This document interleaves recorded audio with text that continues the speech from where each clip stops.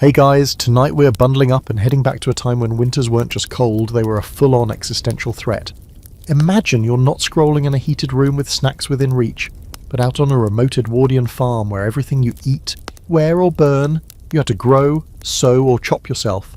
It's the kind of life where if you don't plan ahead, you don't make it past January.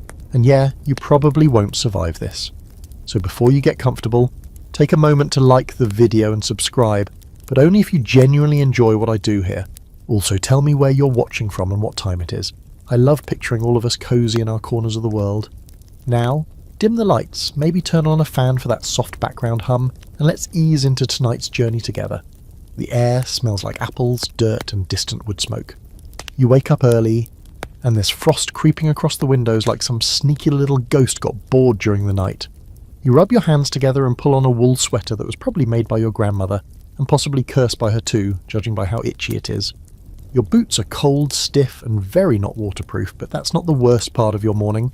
The real stress? You've got only a few days, maybe a week, before the ground freezes solid. And once that happens, whatever you didn't harvest, it's gone. You step outside into the sharp air, breath pluming like dragon smoke. The sun's low and pale. It doesn't feel like it's trying very hard. Out in the fields, there's still turnips to pull and cabbages to twist from the frozen earth. Your hands ache after a few minutes, and your fingertips go from tingling to numb. You wiggle them in your mittens, curse a little under your breath, and keep working. Everyone's out here. Your siblings are dragging burlap sacks behind them, your parents stooping low like hunched birds. You all look ridiculous. But this is survival. There's a quiet panic you don't talk about, because what's the point? You already feel it in your bones. The heaviness of the season coming. Every Edwardian farmer knows that once the harvest window closes, the world doesn't care how much you hope to get done. Frost is final, and this year's already been stingy. The potatoes are smaller than last year. The apples came late. The hens molted early and stopped laying eggs entirely. It's like nature held back just enough to remind you that you are, in fact, not in charge. At the edge of the property, you've got a little orchard. There's a handful of apples still clinging to the branches, stubborn as anything. You climb the ladder one more time, even though you fell off it last week and bruised your ego more than your tailbone. The branches crack under your boots. You reach high, got one, red and cold, but it'll do. It smells sweet in your hands. One moment of reward in a day made of cold and dirt. Inside the barn, you check the hayloft. It smells rich and warm up there, all dust and old wood and livestock breath. This is where the goats will sleep once the temperatures drop far enough to kill them. You'll pretend it's for their safety, but really it's for the heat. Nothing like goat body warmth to keep your house from freezing solid. Weird? Absolutely. Effective? Also, yes. By noon your fingers barely work. You've got dirt under every nail and a few you're not sure are still attached. Lunch is onion soup with stale bread, and you eat it fast before it cools down. There's no real sitting down, not with the sun moving faster than your to-do list. You go back out for more squash, more parsnips. You tug at a stubborn beat until you fall backward. And your sibling laughs, until the same thing happens to them. You laugh too, because if you don't, the season might break you. Historical records show that Edwardian farmers had harvest rituals, small ceremonies meant to honour the changing season and maybe coax a little mercy from the cold. Some families lit a lantern at the edge of their fields on the last night of harvest, believing it would help guide the spirits of the land to rest. Others left a loaf of bread buried beneath a tree, an offering to the earth that had fed them. Quirky, maybe. But when your life depends on the soil, you start getting spiritual real fast. There's debate among scholars over just how effective Edwardian preservation techniques were at actually keeping families fed through winter. Some argue that the average rural family had enough food stored for about 4 months, barely scraping by through spring's arrival. Others claim that with clever preservation and community sharing, some families had surplus. The truth probably lies somewhere in between. Every farm was a gamble. Every year a new hand of cards. Sometimes you were lucky. Sometimes you ate boiled onions for 3 weeks straight and called it a meal. As dusk creeps in, you haul the last wheelbarrow to the root cellar. The light fades fast, grey to navy to black. You almost trip twice over ruts in the ground. Everything smells like frost. The kind of cold that makes you think the earth itself is holding its breath. You light the lantern and step into the cellar. The air down here is colder, damp and earthy, but somehow it feels safe. Rows of jars glint back at you, preserved cherries, green beans, jam so old it's turned into something suspiciously candy-like. And bins. So many bins. Potatoes, onions, beets, turnips. Nothing exciting. But it means tomorrow you won't starve, or at least not right away. You take a deep breath. The harvest's nearly done. But winter? Winter's only just getting started. The root cellar door groans as you push it shut behind you, the metal latch clicking with finality. Above, the sky is already darker than you expected, earlier every night now, and a wet chill seeps under your collar as you make your way back toward the house. Inside, it smells like damp wool, boiled cabbage, and a faint edge of kerosene from the lamp your mother's trimming at the kitchen table. But even that slightly sour, smoky aroma is oddly comforting. It means you're inside, you're safe, and most importantly, you're not carrying another bushel of parsnips. But safety isn't stored on shelves. Not really. It's buried deeper, in the walls, the routines, the cellars. It's in the wood stacked outside, in the dried herbs tied to the rafters, and in the floorboards that groan under your boots like they've got opinions of their own.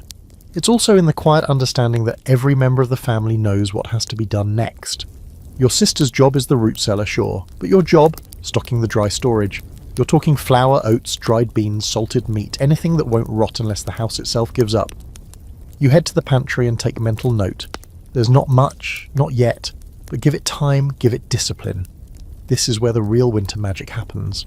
The next morning you're hauling again. Bags, barrels, boxes. The flour comes in heavy cotton sacks from the village miller, who made a special delivery right before the first frost.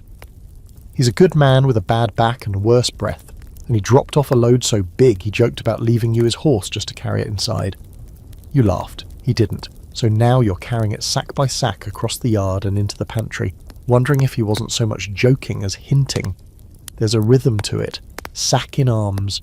Boots crunching over frozen ground, the front steps slick with frost. Inside, the house is warm near the stove and nowhere else.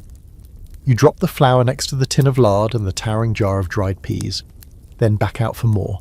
By mid-morning, you're rearranging the root cellar shelves to make room for the last of the potatoes. You and your sister bicker over what counts as soft. She's sentimental. You're pragmatic. One spongy potato can spoil a whole bin if you let it.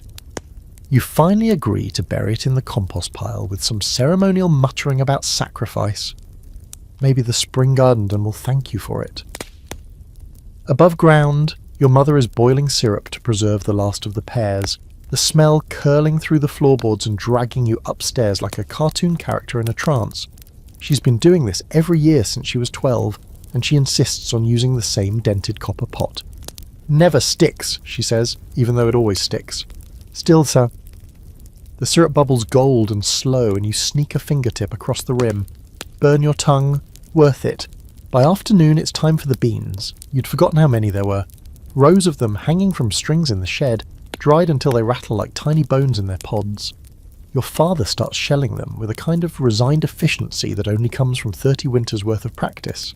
You join in, hands working automatically. Pod, crack, scoop, drop, repeat. It's weirdly meditative. Boring, but with a purpose. Edwardian farmers, especially in the British countryside, relied heavily on their root cellars and pantries to survive the long stretch between October and April. With no refrigeration, everything had to be stored the hard way, by drying, salting, pickling, or burying it underground. These weren't backups, these were plan A through Z. A well-stocked cellar could mean the difference between a family seeing spring or not. What's often forgotten is that many of these root cellars weren't just holes in the ground. They were carefully designed, angled to stay just above freezing, then ventilated to prevent mould, and strategically stocked with the hardiest produce. Some even had sloped floors so that any excess moisture could drain away. Clever, brutal, necessary. But here's where it gets weird. Some Edwardian households placed charms or religious items in their pantries. Crosses made of straw, bits of old iron, or even doll-like figures to ward off spoilage or rats. Fringe superstition? Maybe. Or maybe after watching half your onions rot one winter, you'd try anything too. There's a minor debate among historians about just how much knowledge was passed down intentionally versus learned through disaster. Did families actually teach root storage, or did kids just pick it up because failure was too terrifying to repeat? Evidence points to both.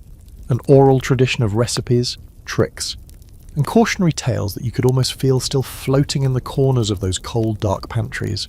Your grandmother, of course, swears by the old ways. She mutters something about bearing the apples the right way as she inspects the crates one by one, knocking them like she's testing watermelons. Too wet, and they rot. Too dry, and they shrivel. She says this every year. You pretend it's new information. Night falls early again. You sit by the fire with a mug of something warm. Milk if you're lucky. Weak tea if you're not. You stare at the pantry door like it's a bank vault. Because in this house it kind of is. All your future meals, your warm bellies, your whispered bedtime snacks, they're stacked and shelved and slowly settling into place. In the quiet, you hear mice scratching in the walls. You know they've found the oats. Your father gets up and sets another trap. He's out of patience. You're out of cheese. The mice. Thriving. You fall asleep that night knowing the root cellar is almost full. Not completely, but enough.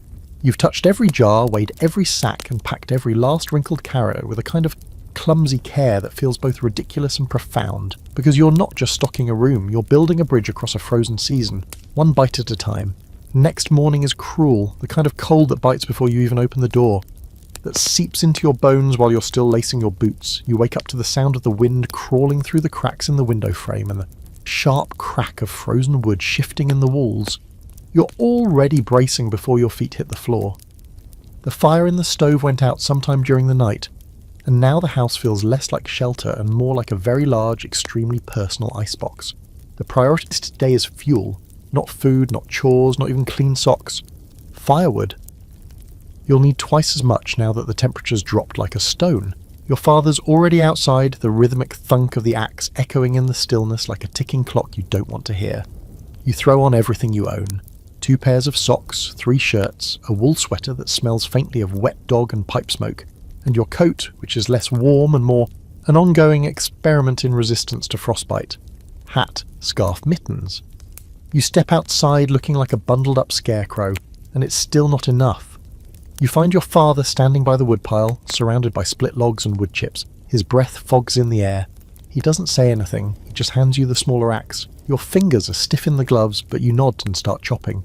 There's something about the repetition that starts to feel like penance. Swing, crack, reset, swing, crack, reset. You find a rhythm. The numbness fades into something like focus. Your arms ache. Your back protests, but you don't stop, because every log you split now means a slightly warmer night ahead. Inside, the fire roars back to life thanks to your mother's careful layering of kindling and a pinch of last summer's dried pine needles. The air around the stove becomes the only habitable climate zone in the house, and the entire family clusters near it like moths to a single life-saving flame. And then comes the coal. Not from your own supply, because you don't have one, but from your neighbour who's got a stash he guards like it's gold. You had to trade for it.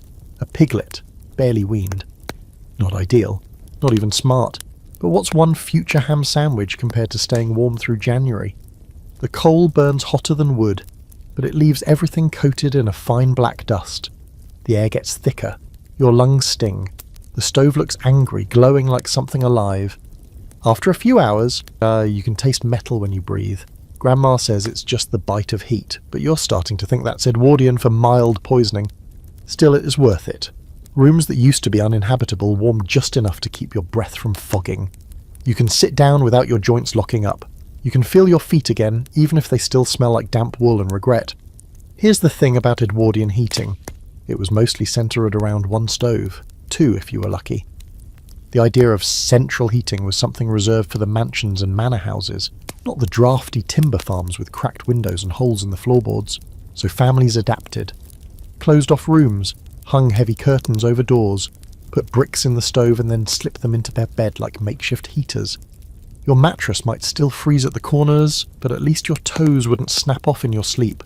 Historical records mention that some rural households even resorted to sealing off entire wings of their homes during the coldest months, living in just 1 or 2 rooms, usually the kitchen and 1 bedroom.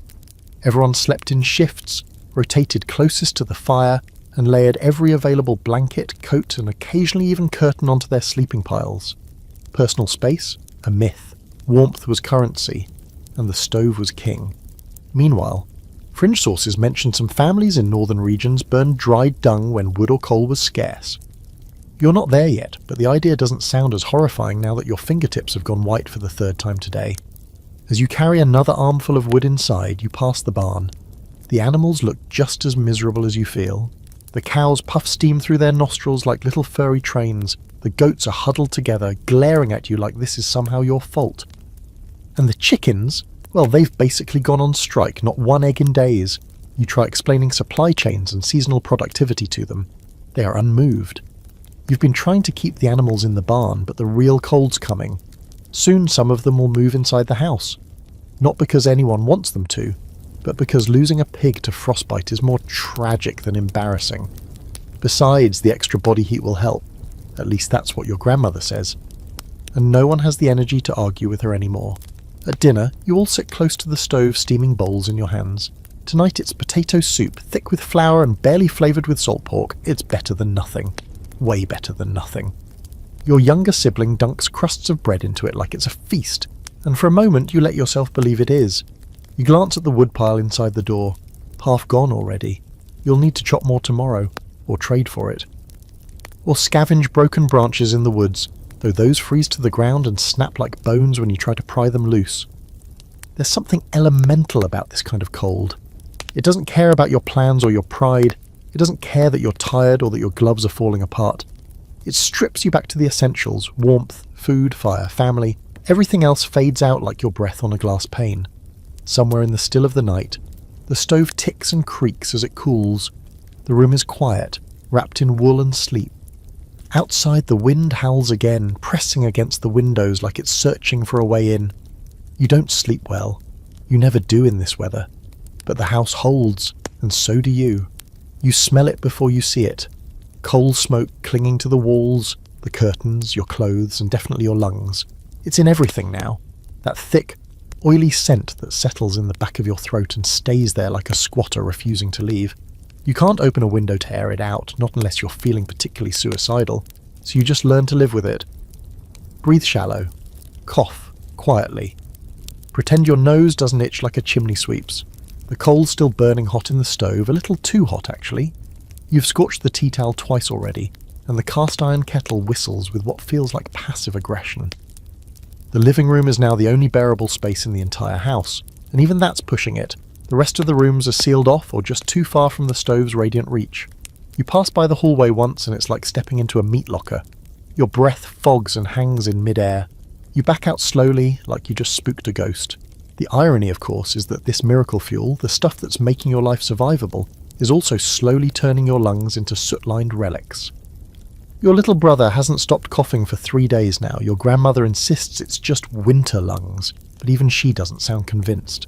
And no one wants to bring it up, but you all know people who didn't make it past February. Especially the old. Especially the already weak. Coal deliveries to rural Edwardian homes were unreliable at best. If you didn't live close to a railway or a mining town, you had to get creative. Some families bought their coal in bulk during the summer, stacking it in sheds or burying it in pits under tarps. Others bought it bag by bag through winter, trading livestock, preserves, or even labour. In your case, the piglet deal still stings, but not as much as freezing. You tried to ration it at first, burning coal only at night when the cold really set in. But now, with the temperatures diving below zero and frost blooming inside the windows like lace, all restraint is out the door. You're burning coal nearly all day. The stove's black belly glows red, iron sides ticking with heat. But the warmth barely stretches across the room. And the cost. You feel it in your chest with every wheezing breath. You remember visiting the Crawfords' farm last winter. Their coal stove hadn't been cleaned in years, the chimney clogged, the entire living room filled with smoke in the middle of dinner. Everyone had to evacuate to the barn until morning. You think about that often now, half as a cautionary tale, half as a weirdly fond memory of watching your dad curse into a snowbank. As you crouch to feed another scoop of coal into the stove, your hand brushes the side of the iron. It hisses against your skin like a warning. You hiss back, teeth gritted. That's going to blister. You stand up too quickly and hit your head on the mantel. The stove wins again. Later, your mother tries to scrub the black soot ring off the wallpaper above the stove. She mutters something about keeping the house respectable, but no one's fooled. The house passed respectable weeks ago. Now it's just trying to stay vertical. The wallpaper peels anyway. The soot stays. There's a kind of weary pride in maintaining the fire. It's a full-time job. Someone always has to be feeding it, tending it, checking the flue, watching the kettle. You set alarms, well, mental ones, to stoke it at midnight and then again around 4. Whoever wakes first gets the honour of crawling from under 3 quilts and stumbling half-conscious into the cold to do it. This morning it's you. You managed to feed the stove without setting your nightgown on fire. Progress. Edwardian health authorities, such as they were, occasionally warned against the use of coal indoors without proper ventilation. But proper ventilation often meant open vents or the cracked windows, exactly the kind of thing that let all your precious heat escape. So most families ignored the advice. You did what you had to do. Respiratory illness skyrocketed in the colder months. And if it wasn't soot choking you, it was the mould blooming in damp corners where frost melted and never quite dried. Some fringe thinkers at the time swore by adding eucalyptus leaves to the fire, claiming it cleared the lungs and purified the air. You tried it once with a bundle of dried herbs your grandmother swore was good for colds. All it did was make the room smell like burnt salad and set off a sneezing fit that lasted 15 minutes. You open the stove's door just a crack and stare at the glow inside. It's mesmerising in a dangerous kind of way, like you're staring into the mouth of something that could either save you or devour you whole. You blink, pull back, shut at the door. Later that day the wind changes. It's subtle at first, just a shift in how it hums through the eaves, then it gets worse, louder. More aggressive, the kind of wind that rattles windows and sends smoke backward through the flue. You have to stuff rags under the door to keep the draft out, and even then your feet go numb. Your little sister puts a wet cloth over her mouth. You do the same. It helps a little. You both sit close to the stove, trading heat like 2 exhausted street cats. You sip weak tea and pretend the room isn't swimming in haze. No one speaks. What's there to say? You can either choke quietly or freeze loudly. Most nights you're just trying to choose the one with better odds. The ongoing debate among historians about coal's long-term impact on rural communities often misses the short-term reality. Yes, it blackened lungs and stained wallpaper. Yes, it contributed to climate shifts and health crises, but without it, a whole generation of Edwardian farmers wouldn't have survived long enough to complain about the soot. That night, as you lie down under your pile of quilts and coats and goatskin rugs, you cough softly into your elbow. The smoke's in your hair. Your skin feels gritty. The stove ticks and pings like it's dreaming. You made it through another day. You didn't freeze. You didn't suffocate. You even managed to boil water for tomorrow's porridge. But the coal's running low again. You wake to the sound of your joints cracking, not metaphorically. Actual audible cracks as you stretch under layers of scratchy wool, damp quilts, and the fur of a dog that's decided your feet are his new winter home. It's so cold that your breath looks like smoke when you exhale. So cold that you wonder just briefly if your eyelids might freeze shut if you sleep too long. And still you get up, because staying in bed means staying cold. Moving is the only way to start warming up. Your first step of the day is straight into a sock with a hole in the toe. You feel it instantly, one single freezing spot on your foot like winter is licking you. You swear softly and layer another pair over it, then another. By the time you're halfway dressed, you're wearing more clothes than a travelling salesman's suitcase. 3 shirts, 2 skirts, a shawl, the coat you sleep in, and a scarf your grandmother knitted 30 years ago that might actually be a carpet sample. You feel like a bundle of laundry with legs. Wool. Everything is wool. You're not sure if it's comforting or a punishment. The clothes are itchy, heavy, and stiff from last week's snow that never quite dried. But they're warm, mostly, or at least they make you believe you might survive another day, which, in an Edwardian winter, is a pretty decent benchmark for success. Downstairs, the stove's been stoked and the kettle's just starting to whistle. Your mother's at the table, rubbing her hands together for warmth even though she's sitting closest to the fire.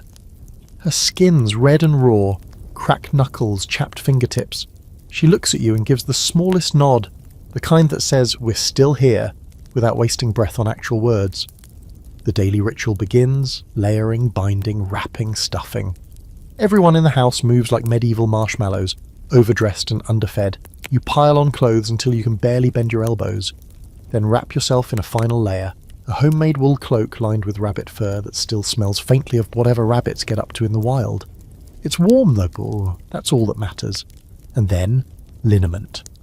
Your grandmother's latest concoction, brewed from mustard seed, old grease, and probably vengeance. It smells like disappointment and burns like betrayal. She insists it's the only thing that keeps the chill from settling in your bones. You rub it into your knees while muttering your annual never again promise. You've said it every winter, You'll say it again next year. In Edwardian rural households, there wasn't a lot of choice when it came to keeping warm. Wool was the default. Thick, coarse, and almost aggressively unsexy. Sweaters were handed down until they were more patch than original stitch. Socks were darned so many times that some looked like tiny wool volcanoes. You wore everything all at once, like layers were armour against the creeping cold. They were. They still are. Interestingly, there were regional preferences. In Scotland and parts of northern England, families swore by oilskin outer layers to block the wind, while in southern areas, flannel became the second skin of choice. You, however, have exactly zero of those luxuries. Your gear consists of whatever you could make, trade for, or steal from a cousin who outgrew it last spring. You glance over at your younger brother.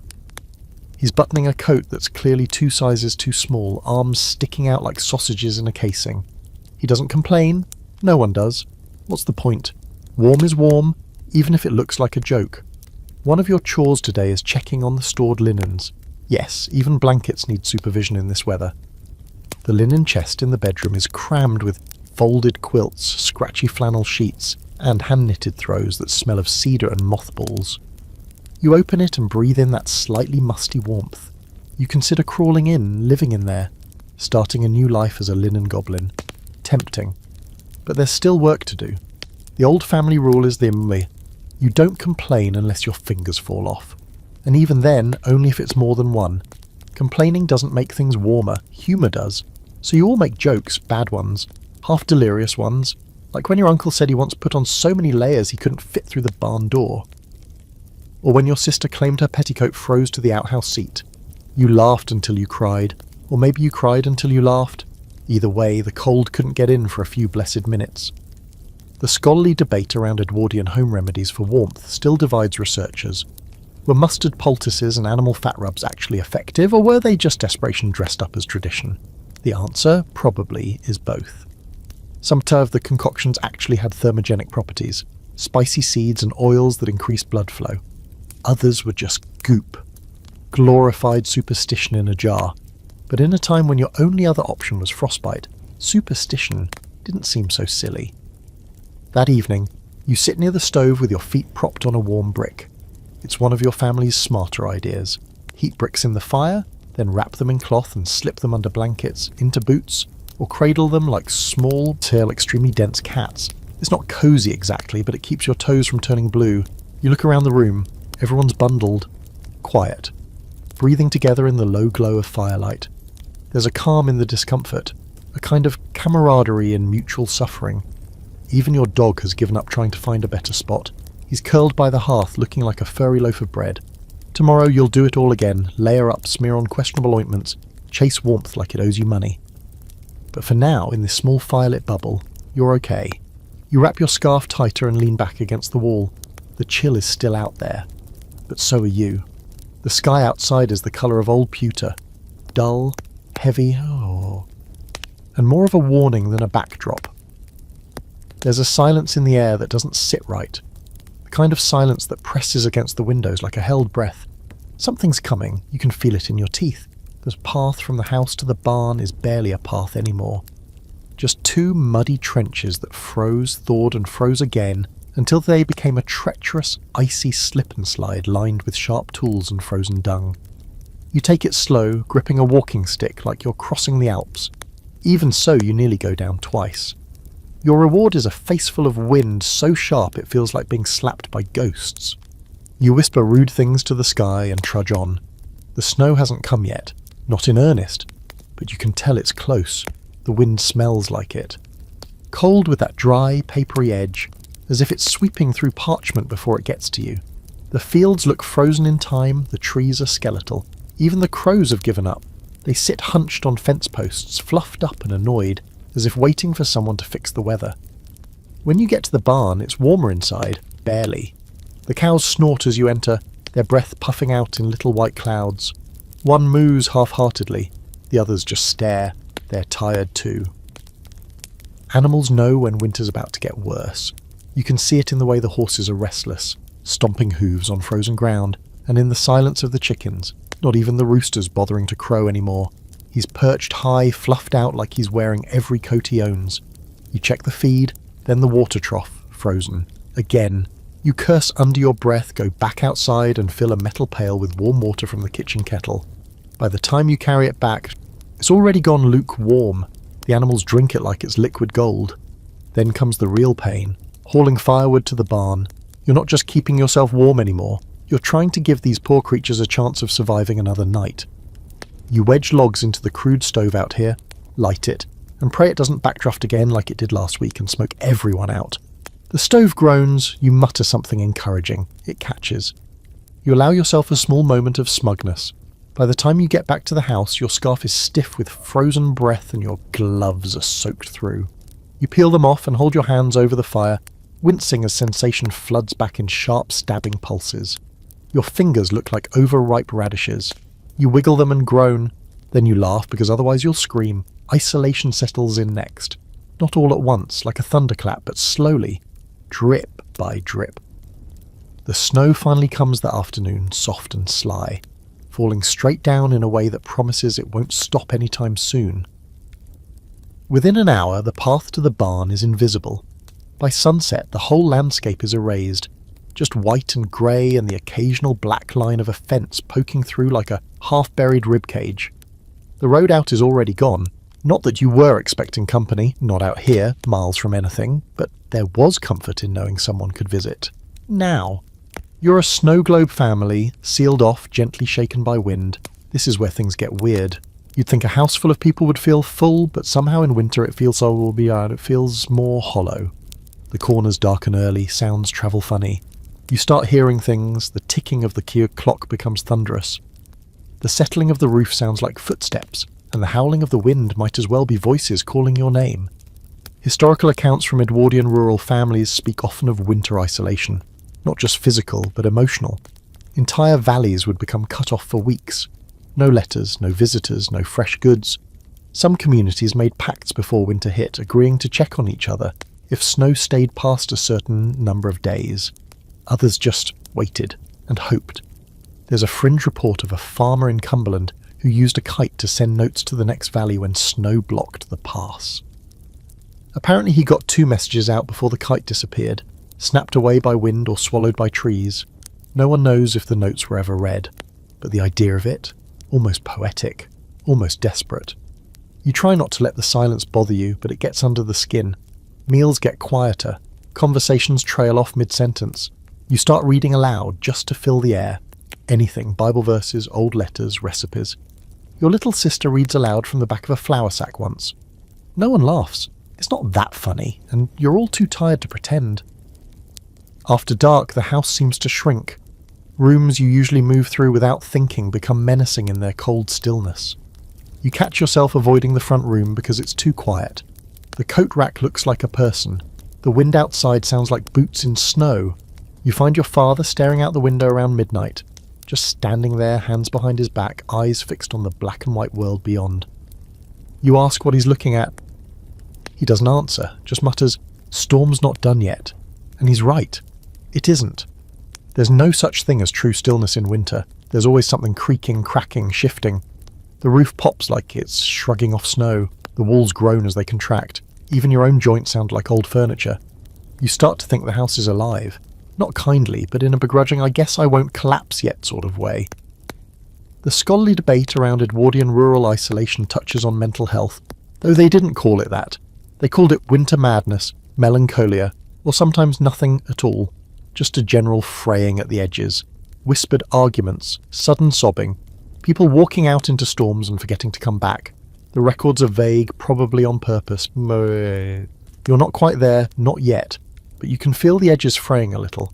You burn a candle for light you don't need. You talk to the dog more than usual. You hold your breath every time you look out the window, hoping the road will reappear. It doesn't. The blizzard arrives like a slow-building argument. Quiet at first, then suddenly all teeth. It doesn't knock. It crashes through with a vengeance, hurling snow sideways, tearing at shutters, and howling like something ancient and angry. You wake in the middle of the night to the roof moaning above your bed. Wind pushing so hard against the walls that the whole house feels like it's swaying. You sit up and listen, wrapped in every blanket within reach. heart thudding in time with the gusts. This isn't your average snowstorm. No polite flurries or gentle hush. This is winter with something to prove. The kind of storm that tests nails, beams, resolve, and your last few nerves. You shuffle into the kitchen, scarf wrapped around your head like a makeshift helmet. Your breath fogs in front of you. Even indoors, the stove's out again. The firewood beside it looks pitiful, just a few logs left, already damp from being too close to the door. You throw 2 on the embers and fan like your life depends on it, which, to be fair, it does. Grandma's already awake. She's been up for hours, of course. She sits at the table like a retired general, knitting with the kind of grim focus that only comes from surviving a few decades' worth of these nights. Her candle flickers violently every time the wind hurls itself against the door. "Keep the flame alive," she says, without looking up. You're not sure if she means the candle or something deeper. Maybe both. Outside, snow is stacking in drifts taller than you. The windows are mostly whited out, save for a few jagged icicles framing the glass like the teeth of a mouth that's ready to bite. You light every lantern you can find, placing them in the centre of the room like you're preparing for a siege. There's a comfort in candlelight, even when it barely dents the dark. Everything feels smaller but cozier, like a ship battened down in a storm. Claustrophobic, yes, but held together by flickering hope. Blizzard nights require rituals, not for survival necessarily, though some of them are useful, but for sanity. Your family has a routine, candles in the windows, even if no one's coming. Extra blankets stacked in the hallway, just in case you need to camp by the stove. Prayers muttered, not just to God, but to the roof beams, floorboards and chimneys. You even leave a bowl of oats near the door, an old superstition your mother insists wards off bad luck, or wolves, or maybe both. Your little brother builds a fort under the kitchen table and declares it the warmest place on earth. You crawl in after him with a candle stub and a tin of biscuits. It's a poor man's castle, complete with itchy quilts and a faint smell of coal dust, but for a moment you forget how loud the storm is. You share the last of the pear preserves, savouring each sticky bite like it's rare treasure. Above you, the house creaks again. You hold your breath and wait, still standing. Historically, Edwardian families often treated blizzards like events. Not celebrations exactly, but moments that required their own rules.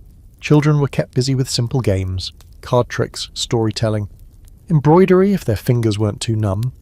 Adults would gather to share news, tell ghost stories, or just sit quietly, pretending everything was fine. One account describes a family who baked biscuits during storms, not for eating but for scent. Just the smell of something sweet was enough to lift spirits. You try this too. Your sister mixes flour and water into something biscuit adjacent and burns them slightly on the edge of the stove. They taste like disappointment, but the smell, warmed, toasted, familiar, softens the tension in the room. Everyone breathes a little easier. Even Grandma compliments the crunch. But then the roof groans again, louder this time, like something's shifted. You and your father go outside to check, which is equal parts brave and stupid. The wind hits you so hard it nearly knocks you backward. You hunch your shoulders and push through, feet disappearing into snow that swallows your boots. The door sticks when you try to shut it behind you. The cold is immediate, physical and insulting. The barn's still standing, barely. The drifts against its side look like frozen waves. And the animals are huddled inside, pressed so tightly together you can't tell where one ends and the other begins. You shovel snow off the roof ledge while your father braces the door. You work in silence. What's there to say? You're just trying to keep the roof from caving in. There's a debate among scholars about the actual structural limits of Edwardian farmhouses in deep snow. Some argue they were overbuilt precisely for storms like these, timber-heavy, low-profile and tightly packed with clay or sod insulation. Others suggest many rural homes were ticking time bombs, built fast without blueprints, and barely held together by spit and tradition. Judging by the way your roof sounds tonight, you suspect the latter. Back inside, you strip out of your frozen layers and hang them by the stove like some kind of soggy scarecrow. The room is full of people now, nervous, quiet people. No one's sleeping, everyone's waiting. And then the lights flicker. Wait, no lights. There never were. That's just your mind playing tricks again. You stare into the candle flame too long and swear you saw it blink. The wind changes pitch, a deep groaning kind of whistle, the kind that makes you picture things moving in the snow. Not wolves, not people, just shapes. You shake it off. Too many strews, too little sleep. And still, you check the front door, just in case. In the darkest hours before dawn, your sister starts a game of Remember When, and everyone joins in. You tell stories from summers past, fishing trips that turned into mud baths, harvest dances with lopsided cakes and even more lopsided partners. For a moment, the room fills with laughter. Real, soft, exhausted laughter. It echoes gently against the storm outside. And then, just as suddenly as it began, the howling stops. Not completely, but the edge is gone. The wind exhales, the silence returns. Not the menacing kind, but something calmer. Like winter's moved on, or at least paused. You sit back against the wall, the candle beside you flickering gently, the room finally still. The storm didn't win, not tonight. The smell hits you before your eyes open, earthy, musty, and undeniably livestock. You sit up slowly, blankets slipping from your shoulders, and blink against the pale morning light filtering through a frost-glazed window. The storm has passed, leaving everything outside blanketed in a foot and a half of white silence. Inside, it's not silent at all. There's a soft grunting from near the stove, a suspicious shuffling near the pantry, and something warm pressed up against your legs. You lift the quilt. A piglet stares back at you. Correction, 2 piglets. One is sleeping on your foot. The other is chewing a button off your nightshirt with a kind of dreamy intensity that suggests it's been planning this all week. Why, you begin, but your voice is so hoarse from breathing in coal dust and stove smoke that it comes out more as a whispery wheeze. You clear your throat. Why are there pigs in the house? Your mother, without looking up from her embroidery, answers in that calm, unbothered tone that makes you nervous. Too cold in the barn. Your father brought them in during the storm. He figured they'd die out there otherwise. You nod slowly. It's hard to argue with that, still. Pigs. The hens are in the pantry. That's not an exaggeration. You peek through the curtain and see them, all 7 of them, clustered around a ceramic bowl of oats like it's the Last Supper. One of them has found a spot on the shelf next to the flour tin and looks entirely too comfortable. You stare at each other for a long, awkward moment before you back out of the pantry and close the curtain again. That's tomorrow you's problem. The cows and horses stayed in the barn, barely, but only because they're too large to fit through the door without structural modifications, and no one's quite that desperate. Yet. So instead, you have what your grandmother affectionately calls the winter menagerie. A rotating cast of smaller livestock now sharing your already cramped farmhouse. The dog has gone into full existential crisis mode. He doesn't know whether to herd, guard, or run away and start a new life. He settles for barking once at a goat in the corner, and then immediately regretting it when the goat headbutts a cupboard door open. A stack of tin pans crashes to the floor. No one even flinches. You'd think having animals inside would be warmer. You'd be wrong. It's somehow both hotter and colder. Hotter near the stove, where the pigs and dog have created a snorting cuddle pile, and colder everywhere else because the doors keep getting opened by curious goats. You're also pretty sure the chickens are plotting something. They've formed a tight circle near the pantry bread box, and it feels vaguely mutinous. But here's the thing, this is survival. Cozy? No. Sanitary? Absolutely not. But in Edwardian farmhouses, livestock sometimes moved in during the harshest winters. Small animals meant warmth, shared body heat, especially in the kitchen. It was common in places where barns weren't insulated or had already begun to fail under snow load. Farmers made compromises. If the pigs lived, you might still have pork come spring. If they froze, all you had was sorrow and a waste of months' worth of feed. There's even mention in fringe Edwardian writings of families building partition walls inside their kitchens, splitting the space with old doors or sacks to give the animals their own corner. One account tells us of a goat that slept in the family's hearth for an entire winter and developed a fondness for ginger biscuits. You read that and laughed. Then you look at your own goat this morning, chewing thoughtfully on what might have been part of your boot, and realise you're living the dream. By midday the house smells thick. Not bad exactly, just layered. Smoke, damp wool, straw, warm animal, cold iron, and the unmistakable tang of manure that somehow made it inside despite everyone's best intentions. You open the kitchen window just an inch for air and immediately regret it. The wind slaps you in the face and screams, "Close the door," in your native language. You shut it again. Air quality is overrated anyway. Your little sister tries to teach the chickens to use a designated corner by tossing corn into a small wooden box lined with rags. You all watch in silence as the hens ignore her completely, fly up onto the rafters, Some then proceed to poop from above like tiny feathery bombers. You consider making helmets, then you just go back to your knitting. Meal times become a comedy of errors. The dog begs. The goat tries to climb onto the bench. The piglets squeal anytime someone shifts their chair. You spill stew in your lap and one of the hens hops down to investigate. No one stops her. You've all just accepted the chaos now. This is your life. That night the temperature drops again. You all sleep in the kitchen, huddled together like mismatched spoons. Your mother drapes extra quilts over the goats. Your brother tucks a hen under his arm like a hot water bottle. You have a piglet snoring into your armpit. And weirdly, it works. The room is warm in a way it hasn't been all winter. You fall asleep with the smell of smoke and fur in your nose and someone's foot, possibly human, possibly not, pressed against your leg. The scholarly discussion around shared living spaces with animals is surprisingly extensive. Some argue it was a sign of poverty, desperation and declining rural infrastructure. Others claim it was a pragmatic, effective strategy, less about necessity, more about resourcefulness. There's even a theory that suggests this closeness increased human immunity to certain zoonotic diseases, which is either comforting or terrifying depending on how much you enjoy waking up with a goat on your chest. At dawn you wake to the sound of gentle clucking and the fire still warm. The snow has stopped. The pigs are still alive. You stretch your arms and yawn, the piglet under your quilt sighing in contentment. Your house might smell like a barn, but it's warm. And in the middle of an Edwardian winter, that's the best you could ask for. By the third day of deep freeze, your morning begins with the hollow metallic sound of the pump refusing to yield a drop. You squeeze the handle again, nothing. It groans like an old man and spits out a single mean-sounding hiss of air before going silent. That's it. The pump's frozen. Again. You stand there for a moment, holding the cold iron handle like it's betrayed you.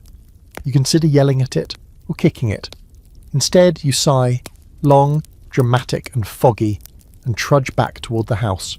Water fetching just got significantly more complicated. Inside, your mother already knows. She doesn't argue. She just hands you the big iron kettle and points toward the stove. Fill it, she says, voice flat from days of repeating herself. The fire's already going strong, bless it, the only reliable member of the household. You fill the kettle with snow from outside, packing it tight. It's a weird thing to do, scooping snow into the house, but there's no other option, unless you want to melt icicles one by one like a lunatic, which, to be fair, you've done before.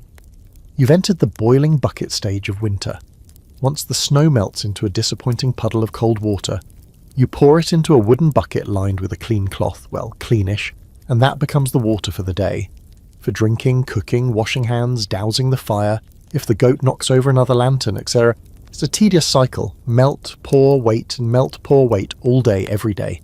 Until spring or until your will to live crumbles, whichever comes first. The upstairs wash basin is officially useless. Even if you could fill it, the water would freeze solid before you finished brushing your teeth. So you've switched to brushing beside the stove, using warm water in a chipped mug. It works, kind of. You miss splashing your face with cold water in the morning. Now the idea sounds like torture. Washing clothes? Ha, that's adorable. You haven't done laundry properly in 2 weeks, no one has. There's a pile of dirty clothes in the corner that's becoming increasingly sentient, but if you tried to hang anything outside it'd freeze stiff and snap like a board. There's a pair of socks that have been frozen to the clothesline since last Wednesday. They flap in the wind like surrender flags.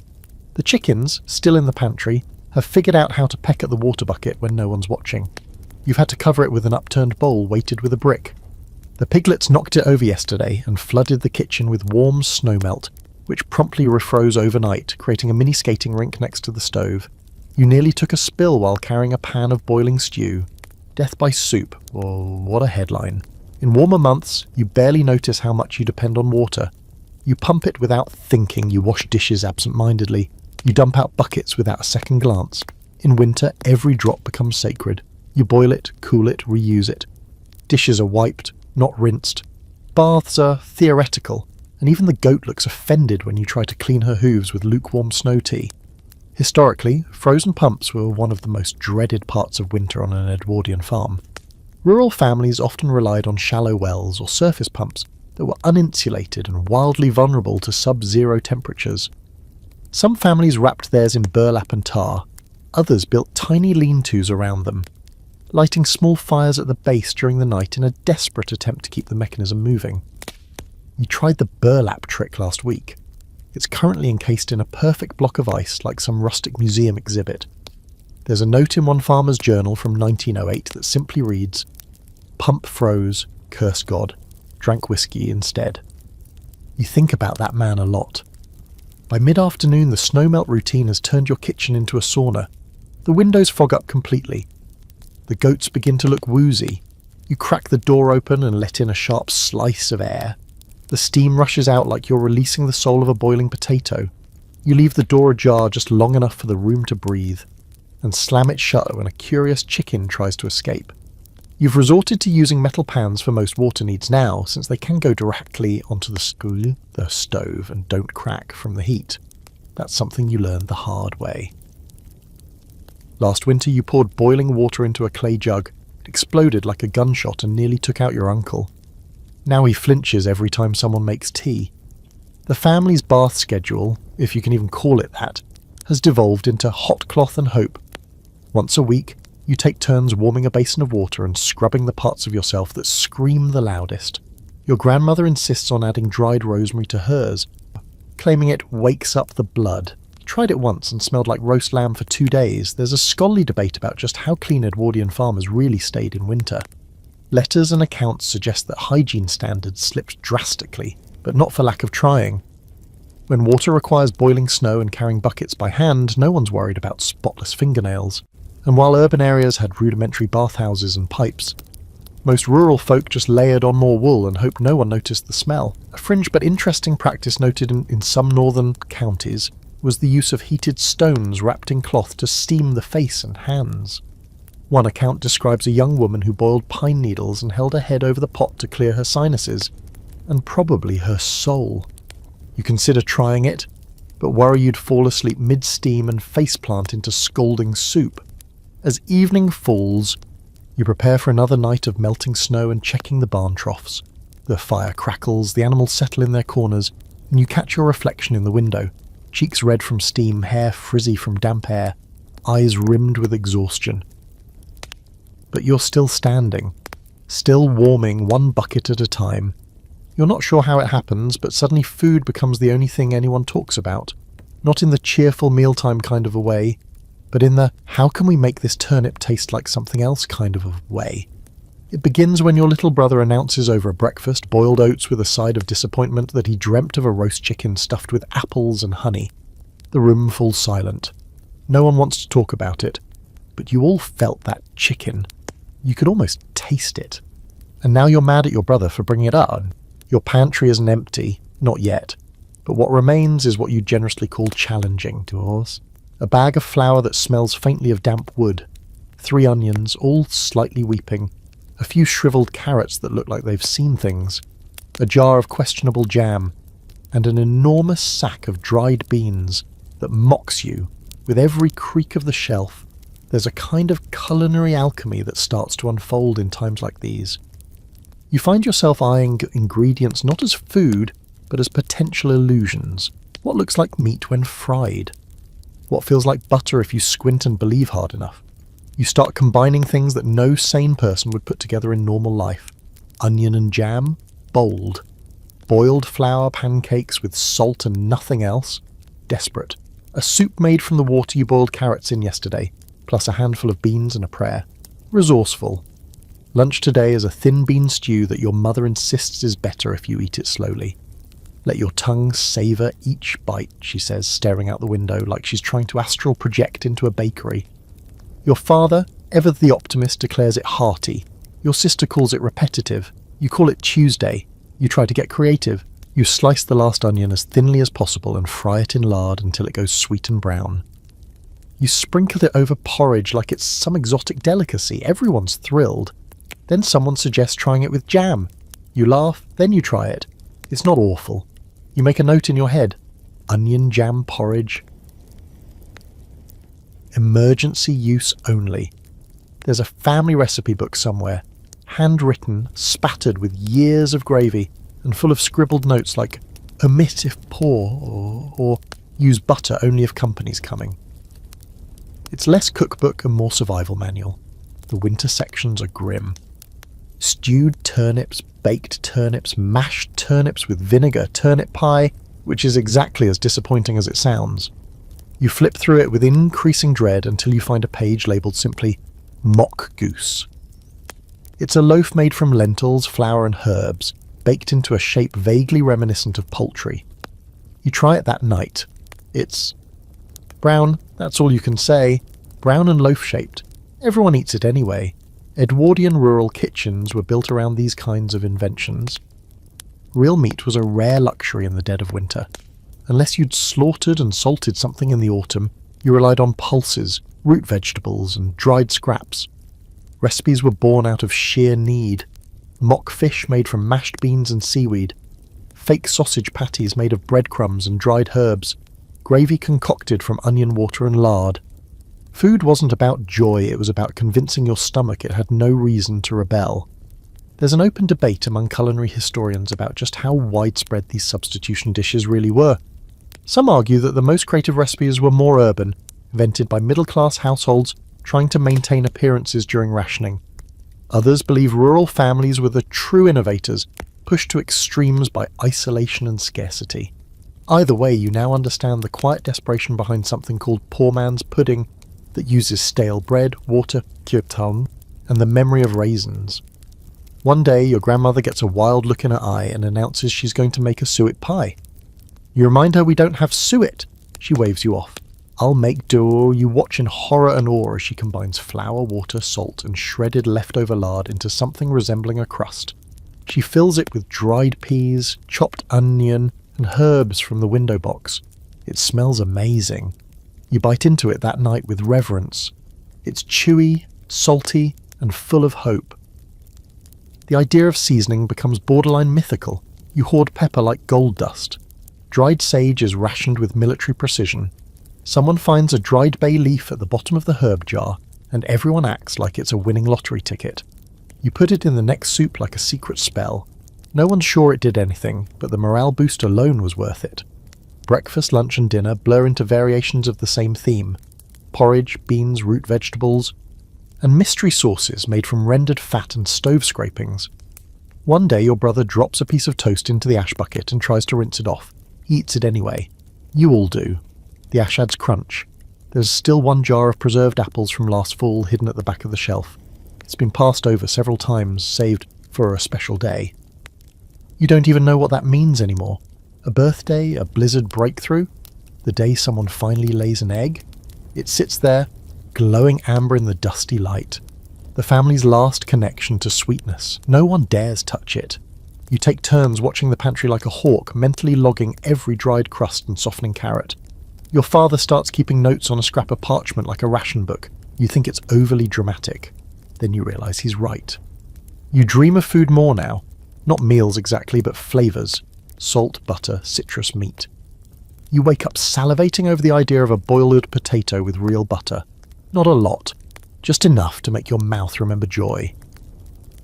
One night you all sit around the stove and share ideal meals like children swapping bedtime stories. Roast beef, fresh bread, pickled onions, buttered greens, apple pie with cream. It's silly, but it makes everyone smile, then laugh, then somehow cry. Because this isn't hunger you can fix with a biscuit. This is the long, slow kind. The kind that thins your patience, haunts your dreams, and makes a raw onion seem like a delicacy. But you're still eating. Still scraping pots clean and turning scraps into sustenance. Still surviving. It's nearly Christmas, though no one dares say it with much enthusiasm. The snow outside is thick as cake icing, glittering under a sun that only appears long enough to remind you how cold light can be. Inside, the windows are fogged, the pantry shelves are thinned out, and the air smells like boiled cabbage and pine needles scavenged from a half-dead tree you dragged home 2 days ago. But it's a holiday, technically, and that means one thing. You're about to put on a feast you absolutely cannot afford. You wake up earlier than usual. It's not excitement that gets you out of bed. It's dread disguised as duty. The house is already moving. Your mother's in the kitchen, sleeves rolled up, hair pinned back with a knife in her teeth. She's not playing around. Today, the family will eat like kings, not because you have enough, not because the weather allows it, but because tradition says you should, and sometimes when the world freezes solid around you, All you have left is stubbornness dressed up as celebration. Your job, naturally, is peeling things. You're handed a bowl of potatoes that look like they've been in storage since the reign of Queen Anne. They sprout in all directions like they're trying to escape the knife. You carve away the soft spots, slice them thin, and try not to think about how few there are. The onions are next, small, sharp, and full of vengeance. You weep over them like you're mourning their noble sacrifice. There's no meat, of course. The pigs are still living in the kitchen. They're guests now, sort of, and also heating equipment. So instead, you're having something called peas pudding, a thick, gluey mass of boiled split peas and flour that your grandmother insists is festive because she once ate it on Christmas with someone who'd seen Queen Victoria in person. To dress it up, your mother fries onions until they turn brown and sticky, then spoons them over the pudding with a flourish. It's lumpy, beige, and steaming. You call it holiday delight with a straight face and receive a tired but genuine laugh from your brother. The highlight of the day, culinary speaking, is a fruitcake that's been aging in the pantry since October. It smells like brandy and bravery. And even though it's barely the size of a saucer, you all look at it like it's the crown jewels. There's a single orange too, brought back from the village last week by a neighbour who owed your father a favour. No one touches it yet. It sits in the centre of the table, glowing like a sun in miniature. And then come the decorations, cobbled together from scraps, bits of coloured cloth twisted into garlands, pine cones strung along twine, a star cut from the lid of an old biscuit tin and polished until it shines. The tree itself is a crooked fir branch stuck in a bucket of stones. It lists to one side like it's exhausted from the year. You wrap it in ribbon and pretend it's majestic. It's not, but it's yours. Edwardian holiday meals were, for rural families, more about ceremony than substance. Even when resources were low, effort went in. Extra time spent shaping bread into animal figures or cutting turnips into mock roasts. One recorded practice was to fill a hollowed loaf with mashed vegetables and bake it again, calling it winter crown. You try this tonight, and the crust burns. The inside's mushy. Everyone loves it. There's still debate about how much sugar and spice the average Edwardian farm family could actually access. Some claim that cinnamon and nutmeg were still considered luxury items, even in small amounts, while others believe they were fairly common through trade networks. You personally haven't smelled cinnamon in months. Your fruitcake has exactly one preserved cherry on top. You slice it into eighths, like you're performing a sacred rite. After the meal, your grandmother reads aloud from an old book of carols. Her voice is thin but steady, and for a moment the room feels bigger than it is. The fire pops, the dog snores, the goats shift in the corner like they're trying not to make eye contact. You sing along softly, not for the tradition, but to keep your mind off the cold creeping in at the edges of the room. The candlelight turns everyone's faces golden. You watch your family, bundled in shawls and threadbare sweaters, chewing slowly and murmuring thanks for another warm bite. Your sister is feeding biscuit crumbs to a hen, curled in her lap. Your father is carving tiny pieces off the orange like it's treasure. You each get one segment. You savour it like it's the last flavour on earth.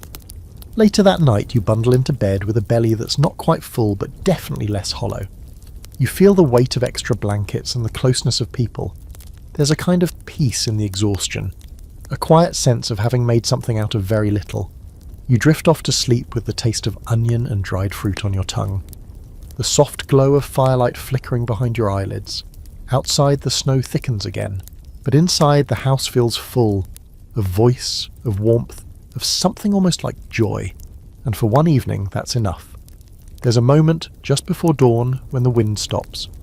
You lie awake, half buried under quilts and goatskin rugs, and realise the usual creaks and groans of the house have gone silent. No scratching at the window panes, no rustle of animals shifting in the corners, just the slow, rhythmic breathing of your siblings beside you, and the low ticking of the stove as it settles into its own kind of slumber. It's the kind of quiet that feels rare. You stay under the covers a little longer, listening. Your breath is warm against the edge of the blanket, and your toes, miraculously, aren't frozen. When you finally do slip out of bed, the air nips at your ankles, but it doesn't bite like it did last week. Maybe the worst of it has passed. Or maybe your body has just accepted the constant chill as its new normal. Downstairs, your little sister is already awake, wrapped in 3 scarves and reading by candlelight. She doesn't hear you at first. She's too focused, her brow furrowed, lips moving silently as she traces the words with a mittened finger. The book is battered, spine-frayed and stained, but to her, it might as well be a treasure map. You watch her for a moment before slipping past to stoke the fire. She's learning her letters this winter, which means you all are. In a house this small, no one gets to mind their own business. When someone's reading aloud, everyone listens. When someone practices writing, the rest of you start mentally correcting their spelling. Your brother insists on spelling goat with an unnecessary E. He says it makes it look more important. There's no school in winter. The roads are too dangerous, the teachers too far, and the snow too stubborn. So the house becomes the classroom, the kitchen table is the desk, your mother is the headmistress, the principal, the entire board of education. Lessons are casual but constant. Math hidden in baking measurements, geography taught through gossip about distant relatives, and spelling practiced on the backs of grocery lists and empty flour sacks. You settle in beside your sister and listen as she sounds out a passage. Her voice is small and steady, tripping slightly over the long words. You correct her once, gently. She scowls at you. You let her finish the sentence before correcting her again. She throws a piece of crust at you. You call it academic disagreement. Education in Edwardian rural households was patchwork at best. Formal schooling was often seasonal, dictated more by the harvest and weather than any government calendar. During the winter months, families became their own institutions, teaching what they could with whatever materials they had. Bibles, old almanacs, second-hand storybooks, and always by candlelight, of course, when you could afford to burn one. The candles are rationed now like everything else. You light them only when absolutely necessary, which means a lot of reading happens by the fire or not at all. Sometimes, if the moon is bright enough and the frost on the window isn't too thick, you can prop a book up by the sill and squint through the glass like a prisoner searching for hope. In the afternoons, your father reads aloud, usually something dusty and serious, like Roman history or agricultural pamphlets from the 1890s, but once in a while he finds a storybook and softens his voice. He does all the voices too, especially the villains. Your little brother nearly falls off his chair laughing when your father reads a sea captain with a Scottish accent that comes out sounding like a goose with a head cold.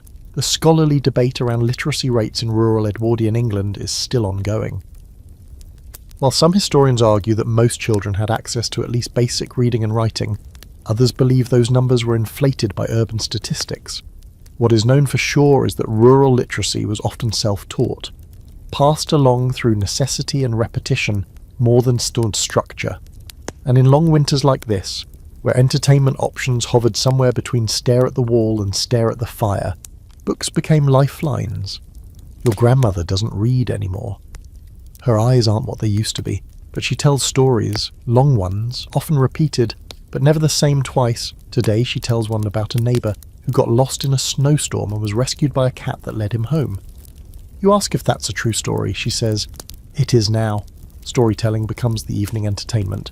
No wireless, no piano, no cards since someone spilled soup on the deck. Just words and voices and the occasional dramatic reenactment when your little brother decides to act out the tale of St. George and the Dragon using a broom and the goat. The goat does not cooperate. Your mother writes letters sometimes, thin, looping script stretched carefully across folded paper, to relatives in the city, to a brother stationed overseas, to a friend who moved south for her health. You read over her shoulder once and see that she's described the snow as hauntingly beautiful. You snort quietly. Beautiful is a generous word for something that has tried to murder your entire lifestyle. But words matter, especially now. Reading, writing, remembering, they help, they anchor you. You write your own letter, too, just to feel the pen in your hand. You write about the chickens in the pantry, the ice on the inside of the windows, the way the fire sounds like rain when it's really roaring. You write to no one in particular. Maybe future you, maybe no one, maybe that cat from your grandmother's story. You seal it and tuck it between the pages of a book. No one needs to see it, not yet. That night you fall asleep with a book on your chest and a candle burning low. The words blur, but the warmth of them lingers. Outside, the snow glows under a nearly full moon. Inside, your family sleeps, their dreams filled with dragons, oranges, and endless pages. The postman arrives like a myth. You hear him before you see him, hoofbeats crunching over snow crust, the soft jingle of metal harness buckles, and then the deep, unmistakable sound of someone swearing into the wind. You rush to this window and wipe away the frost with your sleeve, squinting into the brightness. There he is, bundled so completely he might be more scarf than man, riding a shaggy pony that looks equally miserable. His cheeks are raw, nose red as an apple, and beard frozen into something that resembles a failed science experiment. Still, he's here. That alone feels like a miracle. Mail day in winter isn't guaranteed, not even close. Some weeks, the drifts are too high or the roads too slick. Other times, the snow is so deep it swallows entire fences, but every now and then, when the wind calms and the sky clears, someone brave or foolish enough rides the route, bearing news, paper, and the kind of gossip that can resuscitate a house full of stir-crazy relatives. You throw on boots without socks and dash outside, slipping on the icy steps and nearly becoming the mail yourself. The cold hits you like a slap, but you don't care. It's been 12 days since the last letter. 12 days of wondering whether your cousins down south are still alive, whether your uncle's cough in the last letter got worse, and whether the outside world even remembers you exist. The postman doesn't dismount, he just nods, reaches into his leather satchel with a hand wrapped in a patched mitten, and hands you a bundle of paper, tightly wrapped in oilskin and string. "Road past the mill's a mess," he grumbles. "Nearly lost the pony in a drift." You nod like that's normal, because out here, it is. He tips his hat, or at least the general location where a hat might be, and turns the pony back down the path without waiting for thanks. You stare after him for a moment, half worried he'll vanish like a hallucination. Then you sprint back inside, heart pounding, letters in hand like treasure. Your family gathers fast. Even your grandmother abandons her corner chair and settles in by the stove with uncharacteristic speed. You unwrap the bundle and spread the contents on the table. A single newspaper, brittle and yellowed. 3 envelopes, 1 small parcel. It's Christmas morning, but colder. The first letter is from your aunt in Manchester. She writes in looping cursive about weather, rationing, and her neighbour's broken hip. It's the most thrilling thing you've read all week. You read it aloud, adding dramatic emphasis, pausing for gasps at phrases like, "The price of sugar's up again," and "Our curtains finally arrive from Leeds." Your mother mutters something about Manchester people and their curtain priorities. The second letter is from your cousin Mabel. She's 17, dramatic, and recently obsessed with poetry. She includes 2 handwritten verses, one about longing, one about jam, and a detailed account of her attempt to knit gloves, which ended with her dog somehow wearing them on his back legs. Everyone laughs. You feel warmth rising in your chest that has nothing to do with the fire. The third envelope is addressed to your father in a neat, unfamiliar hand. He reads it silently, brow furrowed. A few moments pass, then he folds it carefully, slips it into his coat pocket, and says nothing. The room doesn't press him. Everyone has letters like that. Quiet ones, the kind you don't share right away, or ever. Then comes the parcel. It's small, wrapped in brown paper with fraying twine. You untie it slowly, reverently. Inside, 2 bars of soap, a handful of boiled sweets wrapped in wax paper, and a thin red scarf with the initials ES stitched into the corner. You don't know who sent it, but it doesn't matter. The sweets are passed around like communion. The scarf goes to your little brother, who immediately drapes it around his shoulders and announces himself as Lord Warmington of the kitchen. You all applaud. Edwardian mail routes in winter were notoriously unreliable, especially in rural areas. Horse-drawn carriers often battled waist-deep snow, broken wheels and frozen rivers. Still, many postmen persisted, earning legendary reputations in their towns. One report from 1907 tells of a postman who delivered letters on snowshoes after his cart flipped into a ditch. He lost 3 fingers to frostbite but kept the mail dry. His town raised funds for a new cart and, oddly, a harmonica. There's debate among historians about how isolated rural families truly were in winter. Some argue that weekly mail was enough to maintain a sense of connection. Others believe the emotional toll of sporadic communication led to increased anxiety, especially during wartime or epidemics. For you, mail days are lifelines, thin crinkly ropes tugging you back toward the world beyond the snowbanks. After the letters are read and reread, the newspaper becomes the second act. It's a week old, but no one cares. You lay it flat, smooth the creases, and take turns reading aloud. Headlines about politics, dull. A factory fire in London, worrisome. A recipe for steamed pudding, intriguing. An advertisement for a new type of stove that supposedly burns less coal, lies. Then there's the best part, the society page, weddings, births, deaths, gossip. You read it in your best posh voice, adding flourishes and dramatic pauses. Your sister falls off her chair laughing when you report that Miss Edith Fennell wore a hat of shocking mustard velvet to the Sunday service. You all agree this is a crime against God and fabric. The afternoon passes in the glow of shared words. The letters are tucked away into the family box along with pressed flowers, old recipes, and scraps of ribbon. The parcel paper is saved, the twine rewound, the sweets sucked, until only the memory of sugar remains on your tongue. Later you write your own letter. It's messy, ink-smudged, and full of crossed-out lines. But it's real. You describe the snow, the pigs, the cold that bites your toes, the scarf, the poem, the laughter. You thank someone you've never met for sending soap. And as you seal the envelope with melted wax and a shaky thumbprint, you realise something simple. You don't feel quite so cut off anymore. Not today. It starts with a sniffle, a little one. Your brother wipes his nose on his sleeve and insists he's fine, but then sneezes so violently that the goat in the corner jolts awake and knocks over a pile of kindling. You all look at him, he shrugs. "Just the cold," he says, voice already wobbling. By morning, he's huddled under 3 quilts with cheeks flushed and eyes glassy, and nobody's calling it just the cold anymore. Illness in winter hits differently. It moves faster, sinks deeper, and lingers longer. The house, already tight with people and animals and smoke, becomes a pressure cooker of shared breath and second-hand coughs. You all know how this goes. 1 falls, then 2. By the end of the week, it's a miracle if anyone's left standing to boil the water. Your mother moves into triage mode. She's not a doctor, but she might as well be. She wraps your brother in layers, pushes spoonfuls of something pungent between his lips, and starts simmering every herb in her arsenal. The air quickly becomes thick with the smell of thyme, onion, and vinegar. Your grandmother adds mustard poultices to the mix, slathering a homemade paste on cloth and slapping it onto his chest like she's banishing evil spirits. He groans but doesn't resist. You keep the kettle boiling and the buckets filled. Everyone has a job. Yours is mostly water and warmth, fetching, heating, replacing. When you're not running errands, you sit by your brother and read aloud. He falls asleep halfway through a story about a mouse who wants to be a knight, but you keep reading anyway. The sound of your voice seems to help. Illness doesn't seem to care how much work you've already done, how tired you are, or how small your pantry has become. It just moves in, plops itself down, and demands attention. And out here, where there's no doctor closer than a half-day's sleigh ride, if the roads are passable at all, your only defence is old knowledge, stubbornness, and whatever herbs are still hanging from the kitchen beams. You've got elderberry syrup, though it's almost gone. The honey is down to a spoonful. There's garlic, raw and sharp, which your grandmother insists should be chewed slowly to scare the illness out.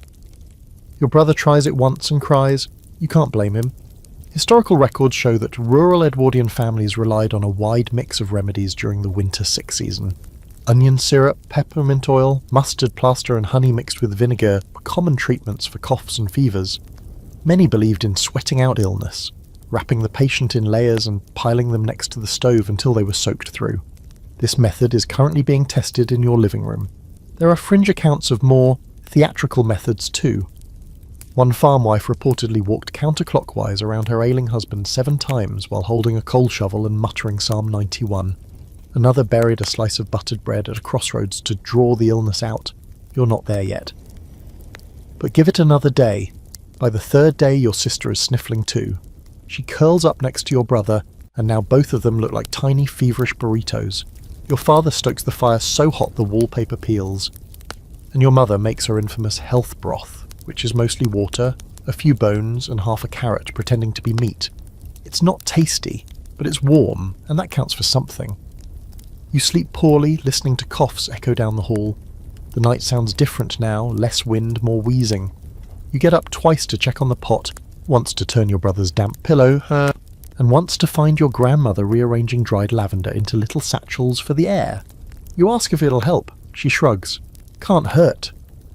There's ongoing debate among scholars about whether Edwardian home remedies were genuinely effective or just elaborate placebos. But here's the thing.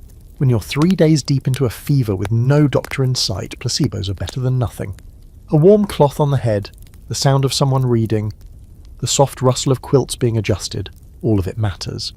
Even the act of doing something is a kind of healing. You're tired. Everyone is. The house feels thick with it.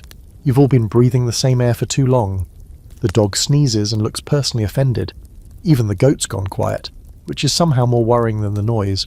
And then, on the 5th morning, your brother opens his eyes and asks for toast. You stare at him. Toast, you ask, like he's just requested lobster. With jam, he adds. You don't cry, but you do laugh loud and hard until your sides hurt. You run to the kitchen and find the last of the bread, toasting it over the fire until it's golden and barely burnt. You use the precious jam, a lot of it. Too much. You carry the plate to him like it's a royal banquet, and he eats with the slow reverence of someone who knows what it means to feel hollow. Your sister follows the next day, coughing less, appetite creeping back in. Your mother even cracks a smile when you find her stirring a pot of broth without actually scowling. She's still tired. You all are. But the worst seems to have passed. The goat, for her part, gets frisky again and knocks over the kindling pile with a single joyful hop. You pick up the pieces, because this is winter, the kind of winter that takes a lot, gives very little, and still asks for more. But you're still here. Still boiling, still brewing, still feeding each other spoonfuls of hope, one Bernie remedy at a time. You step outside in the dark, a lantern in one hand and a bucket in the other, and you immediately regret everything. The cold is a slap across the face, sharp and immediate, the kind that makes your teeth ache and your ears fold in protest. Snow crunches under your boots, hard as glass. The wind doesn't howl tonight.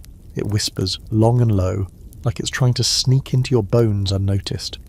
But you're used to this now, or at least your version of used to, constant bracing and creative swearing. You make your way toward the barn, each step careful and slow. The path has vanished under the new snow, and your lantern casts wild shadows on drifts that rise taller than fence posts. Everything looks strange in this light. The trees, the shed, the corners of the barn. They stretch and shift in your peripheral vision. You keep your eyes forward, no time for tricks. The door to the barn sticks. Of course. You shove it with your shoulder until it groans open. Inside, your breath fogs in front of you, mingling with the soft steam from the animals' bodies. The goats shuffle and blink at you sleepily. The cows snort, rising slowly to their feet. You walk the line, checking water buckets, doling out handfuls of hay like a miser counting coins. And then you hear it. A sound you haven't heard all winter. A howl, low, far off, but not that far. You freeze, hand still buried in a feed bin. The wind quiets. For a moment there's only the sound of hooves shifting on straw and the faint creak of the rafters above you. Then it comes again, longer this time, fuller. The sound doesn't come from just one throat. There are others, echoing back, layered over one another like some ghostly chorus. Wolves. You knew they were out there. They always are, especially in winters this long and lean. But it's different hearing them with your own ears, hearing the way the sound moves across the frozen land, gliding over the hills, slipping between trees. It doesn't sound angry, it sounds hungry. You make sure the door is latched tight behind you when you leave the barn, checking it twice. Then you turn and start walking. Not too fast, not running. Running would be a mistake. You hold your lantern high and tell yourself that wolves don't come near the house. Not usually. Not unless they're desperate. Your boots sink deeper than before. The snow's shifted while you are inside. It clings to your legs and pulls at your knees. The light from the house looks farther away than it should be. For a brief, stupid moment, you wonder if you're even walking in the right direction. Everything looks the same when it's all white and silver and black. You pause, heart pounding, and the silence pushes in close. Then you hear the sound again. Closer this time. Not a howl, but a rustle. A crack of something under snow. You spin, lantern swinging, casting long streaks of golden light across the drifts. Nothing. But the hairs on the back of your neck rise like a warning. When you reach the door, you don't just close it. You slam it, bolt it, and press your back against it like you expect it to be pushed open from the outside. And nothing. Of course, but still. You stand there for a minute listening, your breath loud in the stillness of the house. Your father looks up from the stove. They're closer this year, he says, not asking. Just saying what you already know. Too hungry. The wolves come down from the hills when the food runs low. They take rabbits first, then go for anything slow and dumb enough to be caught. A sheep, if they're lucky. A barn cat, if they're not. You've heard stories about sled dogs going missing, about children even. You don't believe all of them, but you don't disbelieve them either. Historically, wolf sightings during Edwardian winters weren't unheard of in rural areas, particularly near the edges of forests and moors. Harsh winters pushed them closer to settlements, especially when wild game was scarce. Some farmers carried rifles on morning rounds, others set traps near the chicken coops. One account tells of a farmer who left scraps out every evening just to keep the wolves from testing his fences. You wonder if you'll have to start doing the same. You check the doors and windows twice that night, and then again before bed. The chickens are brought inside, again, though none of them seem particularly pleased about it. The goat is already snoozing by the stove like she owns the place. You check on the pigs, still breathing, still snoring, still safe, for now. Your sister asks you, quietly, what would happen if the wolves came closer. So, you tell her not to worry, that the wolves don't come to the house, that there's nothing to be afraid of. But when you blow out the lantern and crawl into bed, you find yourself listening harder than usual. Every creak makes you tense. Every gust of wind that brushes against the walls sounds like footsteps. You tell yourself to stop being dramatic. This is just winter. And winter makes everything louder. But still, you dream of teeth. In your dream, you're in the barn again, and the snow outside is whispering. The lantern flickers. You hear breathing, low and ragged, and when you turn, there's something just beyond the light. Not a wolf exactly, something, bigger, older. His eyes glow like coals, and it doesn't howl, it speaks. You don't remember the words, only that they made your skin crawl. You wake up before dawn, heart racing. You lie there for a moment, waiting for the sound to come again. Nothing, just the slow, steady sound of your family breathing in the dark. Eventually you get up, you dress quietly, relight the lantern, and head back out to the barn, just to check. Because some part of you knows the wolves won't wait forever. He arrives just before noon, trudging up the snowy path like a ghost with a toolbox. You spot him from the kitchen window, a figure bundled in layers of mismatched wool, pulling a cart behind him that creaks with every step. At first, you think it's just a trick of the snow, the kind of mirage winter plays when you've stared too long at the same horizon. But no, it's him, the tinker. You shout and bang on the window. Your father is already at the door, boots on, reaching for his cap with the eagerness of a man who's been trapped inside too long with only livestock and children for company. You all tumble out after him like spectators to a parade. The goat tries to follow. You block the door with a sack of flour. The tinker's name is Callum, though no one's sure if that's his real name or just the one he uses in towns where his debts are forgiven. He shows up once or twice a season, always when you least expect him, pulling his rickety cart full of pans, kettles, string, buttons, tools and information. He's like a walking flea market fused with a newsboy and wrapped in equal parts soot and sarcasm. "Thought I'd been buried under a snowdrifter, didn't you?" he calls as he approaches, breath visible, eyes twinkling under the brim of his moth-eaten hat. You grin. "We placed bets." He laughs, a low, wheezy sound that turns into a cough. "Tell your sister she owes me half a fruitcake." The cart groans to a stop beside the house. One of its wheels is cracked, patched with wire, and what looks suspiciously like part of a fence hinge. He props it up with a chunk of firewood and stretches his back until it sounds like a tree being felled. "Blasted cold," he mutters. "Took me 2 days to get here from Cressbrook, nearly lost a boot. Found it again, but it had opinions about coming off. He always brings something odd. Once it was a harmonica missing 3 notes. Another time, a sack of marbles he insisted were from India.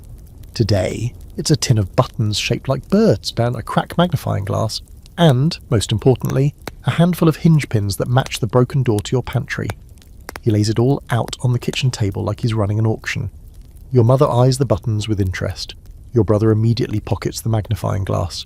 You ask him about the roads, about the weather, about anything beyond the white cocoon that swallowed your world for weeks. He shrugs. Snow's worse in the north. They say a barn collapsed under the weight up past Keswick. Took the roof clean off, no one hurt, just a lot of very cold sheep. He leans in a bit, lowering his voice like he's about to deliver state secrets. There's sickness moving in the low valleys, not the usual sort. Hits fast, mostly children. Some families keeping their doors bolted. Burning vinegar rags by the windows. Your stomach turns. You glance at your brother, still a little pale from last week's fever. "Is it cholera?" you ask. He shrugs again. "Or something close enough to it. Some say it's worse." The fire crackles behind you. The air feels heavier. "I'd stay longer," he says, straightening, "but I'm headed to Wilbury before nightfall. Promised a widow her kettle back before Sunday." He nods to the corner. Might want to reinforce that east window. Storm's turning again. You trade him a sack of dried beans and an old wool vest for a tin ladle and the hinge pins.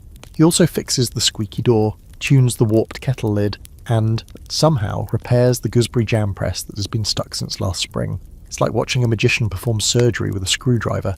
Edwardian tinkers were more than just menders of pots and sharpeners of knives. They were travelling news, medicine men, mechanics, and rumour mills. In an age when isolation could stretch for weeks, a tinker's visit brought the outside world crashing back into the kitchen. He might bring medicine, he might bring scandal. Either way, he brought something you hadn't seen in days. Movement. There's some academic debate about whether tinkers were welcomed or merely tolerated in rural homes. Some records suggest they were seen as nuisances, disruptive, unclean, untrustworthy. Others portray them as lifelines, bringing tools and updates essential for surviving long winters. Your family leans toward the latter, at least with Callum.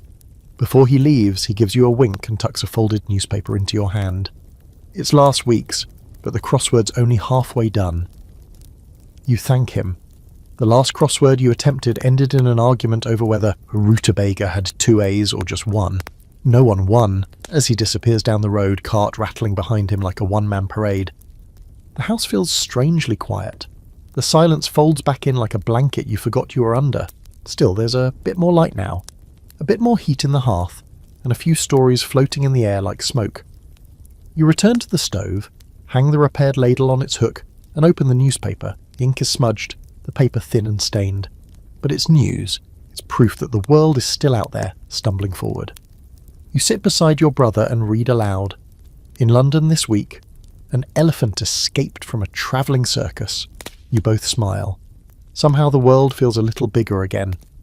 By now, walking outside has become an Olympic event. You bundle up in so many layers you can't bend your arms properly, and your boots squeak like startled mice every time you move. The wind has shifted again. Now it comes from the northeast, and that means the drifts are back. Not just the casual ankle-deep ones, but the kind that swallow fences, bury tools, and make entire cows disappear for a few hours until someone spots their breath steaming up through the snow like a misplaced kettle. Today's challenge, checking the traps in the woods, gathering kindling, and more urgently, clearing a path wide enough to make it to the outhouse without a rope line and a blessing. You carry a shovel in one hand, snowshoes in the other. The snowshoes were made last winter, homemade of course, bent willow branches laced with rawhide tied with stubborn optimism. They're not pretty, they're not even symmetrical, but they've kept you above the surface more times than you'd like to count. You strap them on and begin the march. Each step is a negotiation. Too much weight and you'll sink, too little, and the wind will lift the edge and send you skimming sideways like an angry pancake. The snow is fresh and deceptive, crusty on top, but soft beneath, so every step sounds like you're cracking creme brulee with your feet. Halfway to the woodshed, your left snowshoe gets snagged under a drift and you go down like a puppet with its strings cut. You lie there, limbs flailing, face buried in cold fluff, contemplating the absurdity of your life. You can't feel your nose, there's snow in your boot. A goat is watching you from the window with deep judgment. Eventually you right yourself, dignity intact only because no one saw, probably. You finish your task in stoic silence, digging a narrow trench from the back door to the outhouse and another toward the barn. It's hard, backbreaking work, the kind that makes your shoulders burn and your breath come out in harsh clouds, but it also feels like progress, real, visible, snowy progress. Then you get to the traps. They're simple snares, nothing fancy, loops of wire or string set in narrow paths where rabbits like to run. You've been checking them daily. Most days they're empty. Some days the snow fills them in entirely, and you pretend you just didn't see them. But today you find one triggered. No rabbit though, just the remains of a snare torn open, the wire twisted, and fresh prints leading away. You crouch, frowning. Paw prints, big ones, not dog, definitely not rabbit. You follow them a few yards before the wind starts filling them in. They vanish into the trees, and that's where your curiosity ends. You're cold, tired, and carrying a stick. Whatever got your snare clearly has more claws and less self-control. You head back. Hunting and trapping in Edwardian winters wasn't just sport, it was necessity. Families trapped rabbit, hare, and stoat to supplement meagre food stores. Snares were made from old wire, horsehair, even bits of fencing. But as the snow deepened and the wild things grew scarcer, it wasn't unusual for traps to be raided by something bigger, hungrier, and far less polite. Wolves, foxes, badgers with a grudge. Scholars still debate how successful small-scale winter trapping actually was for rural families. Some claim it was mostly symbolic, more hope than sustenance. Others argued it was a lifeline, especially in lean years. The truth probably depends on how skilled you were with knots, where you placed your snares, and how often something with teeth got there first. You get home with nothing to show but cold fingers and the faint smell of wet wool. Your sister asks if you caught anything. You lie and say you saw a rabbit, but let it go out of mercy. She gives you a look like she knows you're full of it, but she plays along. That afternoon your father pulls out a map. Not a new one. This thing is ancient, edges crumbling, places misnamed. But it shows all the woods around your farm. He marks the snare spots with charcoal, tapping the paper with calloused fingers. You stare at one mark in particular, right near where your trap was mangled. You think it was wolves, you ask? He doesn't answer right away, just grunts. Maybe, or just a hungry dog gone wild. Either way, be careful. Don't go out alone at dusk. Dusk is the new danger zone. Once the light starts to fade, shadows stretch out like they're looking for something. You feel watched when you're out past 4 o'clock. Not constantly, just enough. So you adjust your schedule, start chores earlier, check traps in pairs, shovel in layers. When the wind howls now, it sounds less like weather and more like a warning. The snow crunches differently when something's following. You begin carving new snowshoes for your sister. Smaller, lighter. The rawhide laces snap twice before you get it right. She watches you work, asks what they're for. You shrug, just in case. She nods like she understands. There's something satisfying about building tools to outwit the weather. You feel a little smarter than the cold even for just a moment. You test your snowshoes again the next day. They hold, mostly. On your way back, you slip on a patch of ice and land hard on your side. You groan, roll over, and lie there for a while, staring up at the grey-white sky like it owes you an apology. It does not. When you get inside, your grandmother asks if you've considered walking more gently. You tell her that if the snow was any deeper, you'd need a boat. She suggests skis. You laugh. You're not sure you remember how to laugh, but it happens. You spend the evening oiling your boots and sewing patches into your mittens. You listen to the fire crackle and watch the wind batter the windows, and you think about those tracks in the woods. Whatever's out there is watching too. Waiting. You'll be ready. Maybe. When the invitation arrives, it's written in pencil on a scrap of brown paper and hand-delivered by a breathless neighbour boy who looks like he ran the entire 3 miles just to get it to you. He doesn't even take off his boots, just thrusts the crumpled note into your father's hand, mumbles something about 7 o'clock, bring your own tea, and runs off again like someone's chasing him. The message is brief. Village hall, winter dance, music, food, some fire. Come warm up. It's signed simply, Mrs. Greeley. You stare at it like it's an alien artifact. A dance? In this weather? Half the roads are barely passable. Your boots are still frozen from yesterday. And you haven't seen more than 6 people in the last month, 4 of whom live in your house, and 1 of whom is a goat. But it's happening. And everyone around you is already moving like the decision was made the moment the note arrived. Your mother pulls out the best clothes from the cedar chest, the ones that haven't seen daylight since harvest. A few are wrinkled and a couple smell faintly of mothballs and regrettable, but they're clean and mostly intact. Your sister finds a dress with sleeves too short and declares it perfect. Your brother has grown out of every pair of trousers except the ones with the hole in the knee, so your grandmother patches it with a strip of patterned cloth. He now looks like a pirate who wandered into a quilting bee. You, of course, are expected to dress up as well. This means ironing something by holding it over the stove until the steam does half the work, and the smell of burning wool tells you you've gone too far. Your boots get polished, your collar brushed, and your hair, after much protest, combed into submission. You look in the mirror and realise you haven't seen yourself without a hat and 3 layers of frost in weeks. You look weird. Human, even. The walk to the village hall is not exactly elegant. It's a slippery, cautious trek across hard-packed snow and hidden patches of ice. The stars are out, bright, sharp, and scattered across the sky, like they've been flung there in a rush. Your breath clouds the air, your scarf keeps slipping, and your fingers go numb about 10 minutes in. But you keep going. Everyone does. Like pilgrims heading to something sacred. The village hall is already glowing when you get there. Candles in the windows, warm light spilling onto the snow, laughter filtering through the cracks. You open the door and step into another world, one that smells like cinnamon, pine needles, and wet wool. The air is thick with warmth. and voices bounce off the wooden walls like old friends returning. It's not fancy, not even close. The decorations are handmade. Paper garlands, dried orange slices strung together, bunches of holly tucked behind picture frames. There's a fire crackling in a brick hearth at the back and a long table set up with contributions from every household. Pickles, preserved pears, dried apple slices, half of a fruitcake, and 3 types of questionable bread. At the front of the room, a fiddler tunes his instrument. It's Mr. Calder, who's 80 if he's a day and plays with his eyes closed and his mouth open in a constant mutter. Beside him, his granddaughter has a drum and someone else has a harmonica.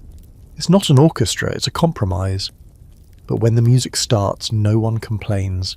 You dance. Not well, not gracefully, but you dance. Everyone does. The kind of dancing that looks more like coordinated stomping, with occasional clapping and the occasional near collision. Your sister spins with a neighbour boy and shrieks when he trips over her hem. Your mother waltzes with your father like they're 20 years younger. Your brother tries to dance with a plate of pickles and ends up wearing them. There's shouting, laughter, and boots thudding against the old wooden floor. Your grandmother sings loudly and off-key from a chair in the corner, nodding in time with the music like she's conducting it through sheer willpower. Edwardian winter dances were more than just entertainment, they were survival. Social warmth when the world outside refused to cooperate. Villagers organised them as a way to stave off the worst of the cold, both physically and emotionally. Records mention halls heated with borrowed stoves, dances fueled by tea and bread crusts, and music made with whatever was available.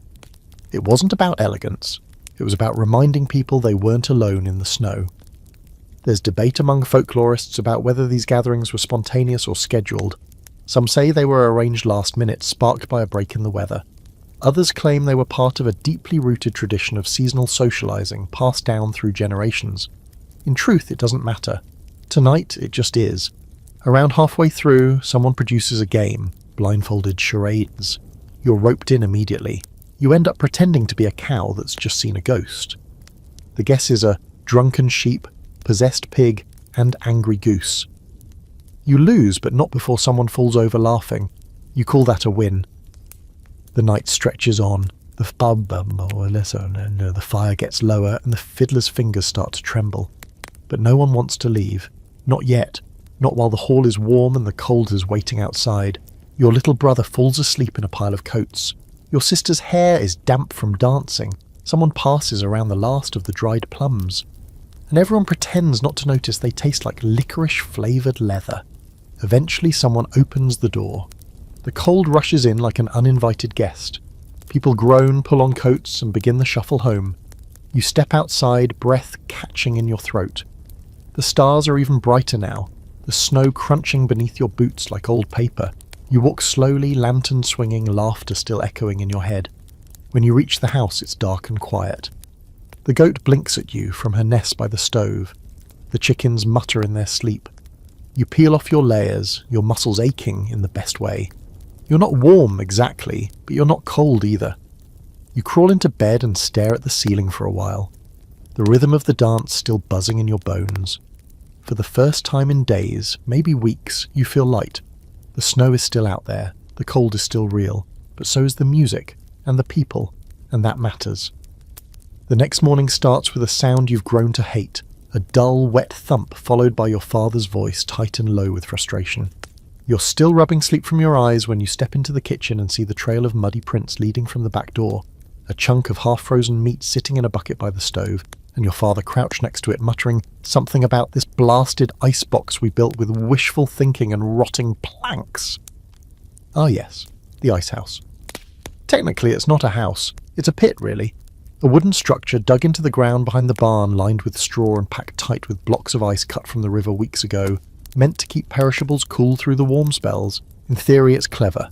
In practice it's temperamental, moody, and today, a frozen tomb for the side of pork you were hoping to eat sometime before Easter.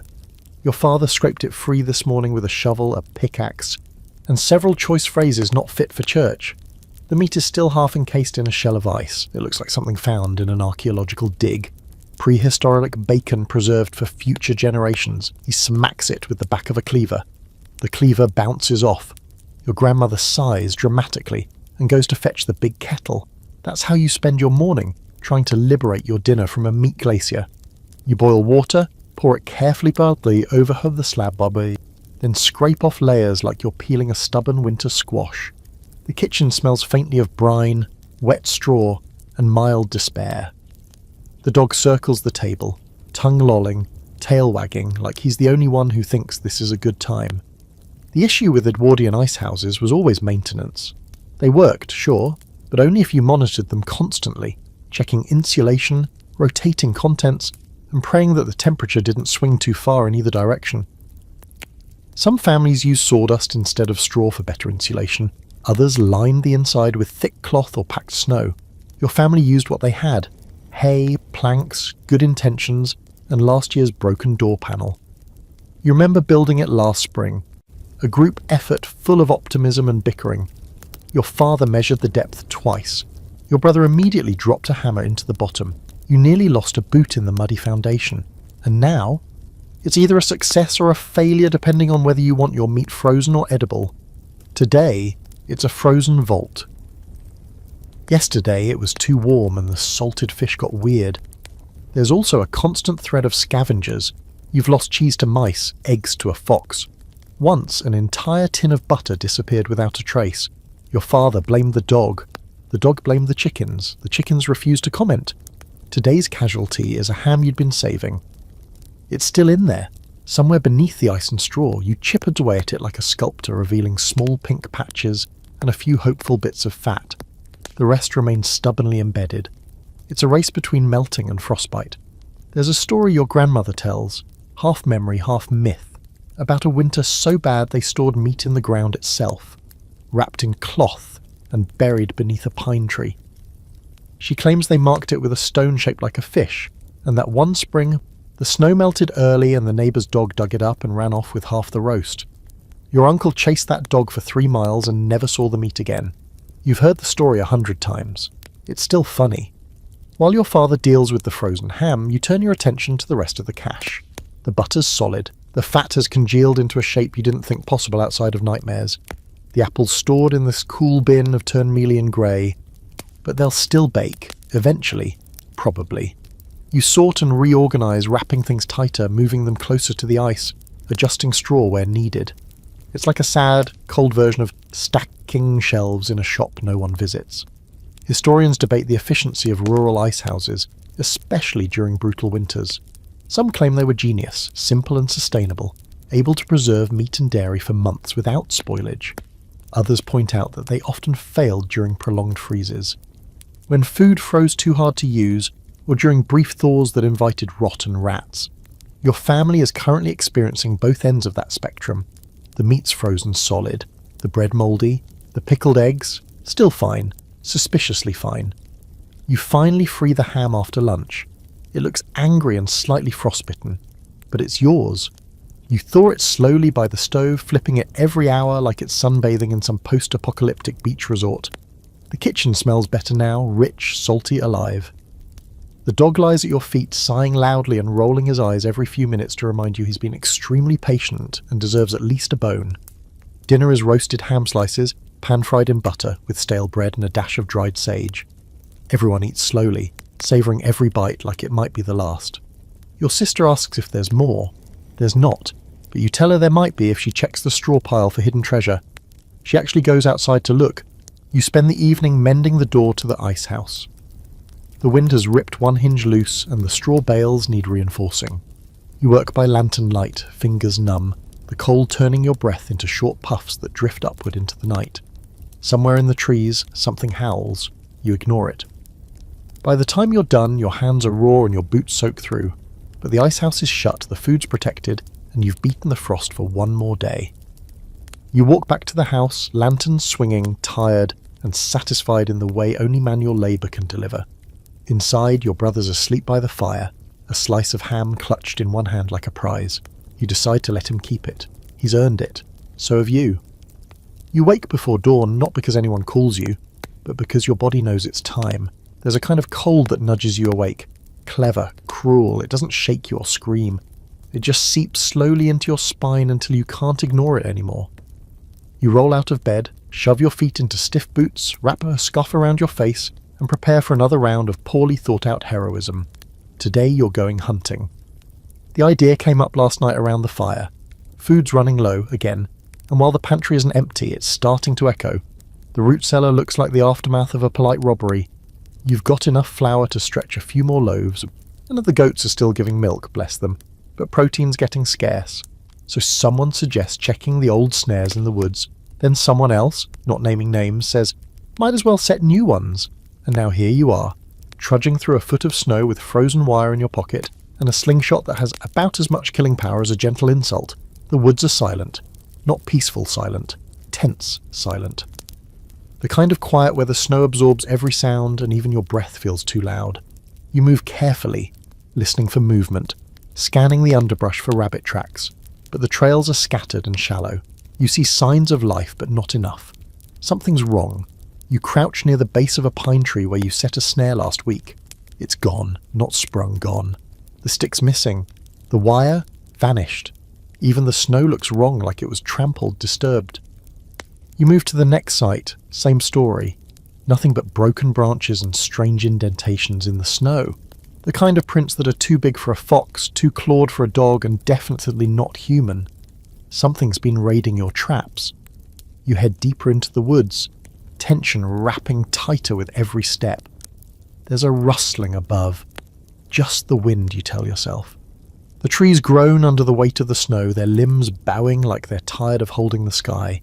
You scan the white, looking for movement, hoping to spot a rabbit before it spots you. But the forest feels abandoned. You do finally see one. A rabbit. Small, thin, and alone near the edge of a thicket. You freeze. It's too far for the slingshot, but maybe, just maybe, you can get close. You step slowly, deliberately, your breath shallow. Then without warning it bolts straight into the trees and out of sight.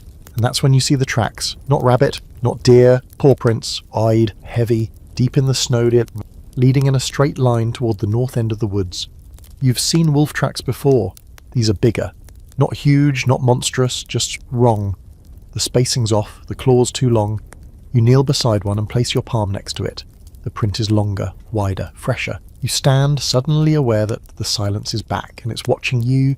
You head home faster than you'd like to admit. Snare wire jangling in your coat pocket, heart thudding louder than your boots. You check over your shoulder more than once. Nothing follows yours. But something was out there. Something that doesn't just eat the rabbits. It eats the traps too. Inside the house, the warmth is jarring. The fire roars, and someone's frying something that smells like flour and onion.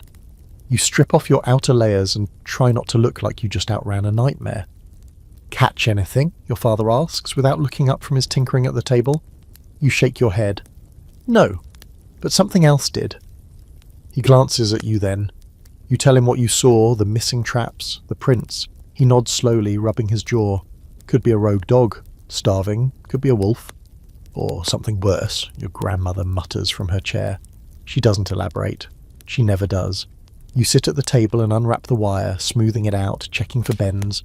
Some of it's frayed, one piece completely snapped. You don't know if that's from the cold or teeth. Your sister suggests setting the traps closer to the barn next time, where the snow's lighter. You think about it, then shake your head. Too risky. Whatever's out there is smart. You don't want it that close to the animals, or the house. Edwardian families relied heavily on snares and traps in winter months. Hunting was unreliable, ammunition expensive or unavailable, and larger game tended to migrate or hide deep in the forest. Small prey, rabbits, squirrels, the occasional pheasant became the target of choice. Simple snares required little skill but constant maintenance. And they came with risks, competition from other predators, malfunctioning gear, or accidental catches you didn't want to think about. Some fringe reports from isolated farms mentioned trap thieves, animals or possibly even people who raided snare lines under cover of snow. There are stories of families laying extra traps for the thieves themselves, only to find the traps triggered and stripped again and again. A few left notes beside their snares. No one ever responded. But the stealing stopped. That night you can't stop thinking about the woods, the tracks, the silence. You dream of being followed, something tall and silent moving just out of view, always a step behind. In the dream, you turn around but can't see its face, just snow falling, slow and thick, and the feeling that if you stop walking it'll catch you. You wake to the sound of the goat sneezing. The traps stay untouched the next few days. No signs, no tracks, no rabbits either. It's as if everything decided to vanish all at once. You still go out, you still set new snares, but now you look over your shoulder more. You listen harder, and every time you hear the wind shift, you wonder if it's just the cold or something else stalking through the trees, waiting for a chance to take more than rabbits. You load your slingshot with a pebble anyway, just in case. The letter sits on the table for a full day before anyone opens it. Not because it's forgotten, but because no one quite knows how to touch it. It arrived unexpectedly. No breathless messenger, no warning, just dropped through the slot in the front door early in the morning, lightly dusted with frost and stamped with a seal you don't recognise. The handwriting is precise, careful, not your usual cousin scrawl or friendly smudge. This is something else. It's addressed to your mother. She sees it after breakfast, eyes scanning the envelope like she's looking for something dangerous. Then she places it on the table and walks away without a word. The rest of the day carries on, thick with unspoken questions. You make bread. Your father sharpens tools that don't need sharpening. Your sister organises the herb shelf for the third time this week. No one says anything about the letter, not yet. When evening comes and the sun starts bleeding into the snowdrifts, she opens it. Not dramatically, just quietly, at the corner of the table with a knife worn thin from years of jam jars and chores. She reads it slowly. Then again, her lips move but no sound comes out. When she finally speaks, her voice is soft and deliberate. It's from your Uncle Will. That stops everyone. He hadn't written in months. You assumed the worst, then tried not to think about it. He was stationed overseas, Belgium, last you heard, part of the British forces sent to clean up what was left of some crumbling post. He was always the one who sent the best stories. Letters full of adventure, dry humour, and absurd metaphors for military life. But then nothing. Silence. Until now. He's alive, she continues as if reading your thoughts. Sick, but alive. You feel something unclench in your chest. He says the worst is behind them. The snow there is almost gone. He misses decent food. And real boots. She smiles a little, then passes the letter around. His handwriting hasn't changed. You can hear his voice in every sentence. He describes the cold as relentless and vaguely personal. Says he hasn't seen a proper vegetable in weeks. Asks if the pigs are still living indoors. They are. There's a short poem scrawled in the margin, nonsense really, about a goat that outranks his commanding officer. But it's his nonsense, and that makes it priceless. At the bottom, in smaller, shakier letters, he asks if your cousin Elsie's found her voice again after that bout of winter croup. She has, too much of it in fact. He signs it simply, your favourite uncle, don't deny it. You all sit around the table in silence for a while after that, the letter lying between you like a warm coal.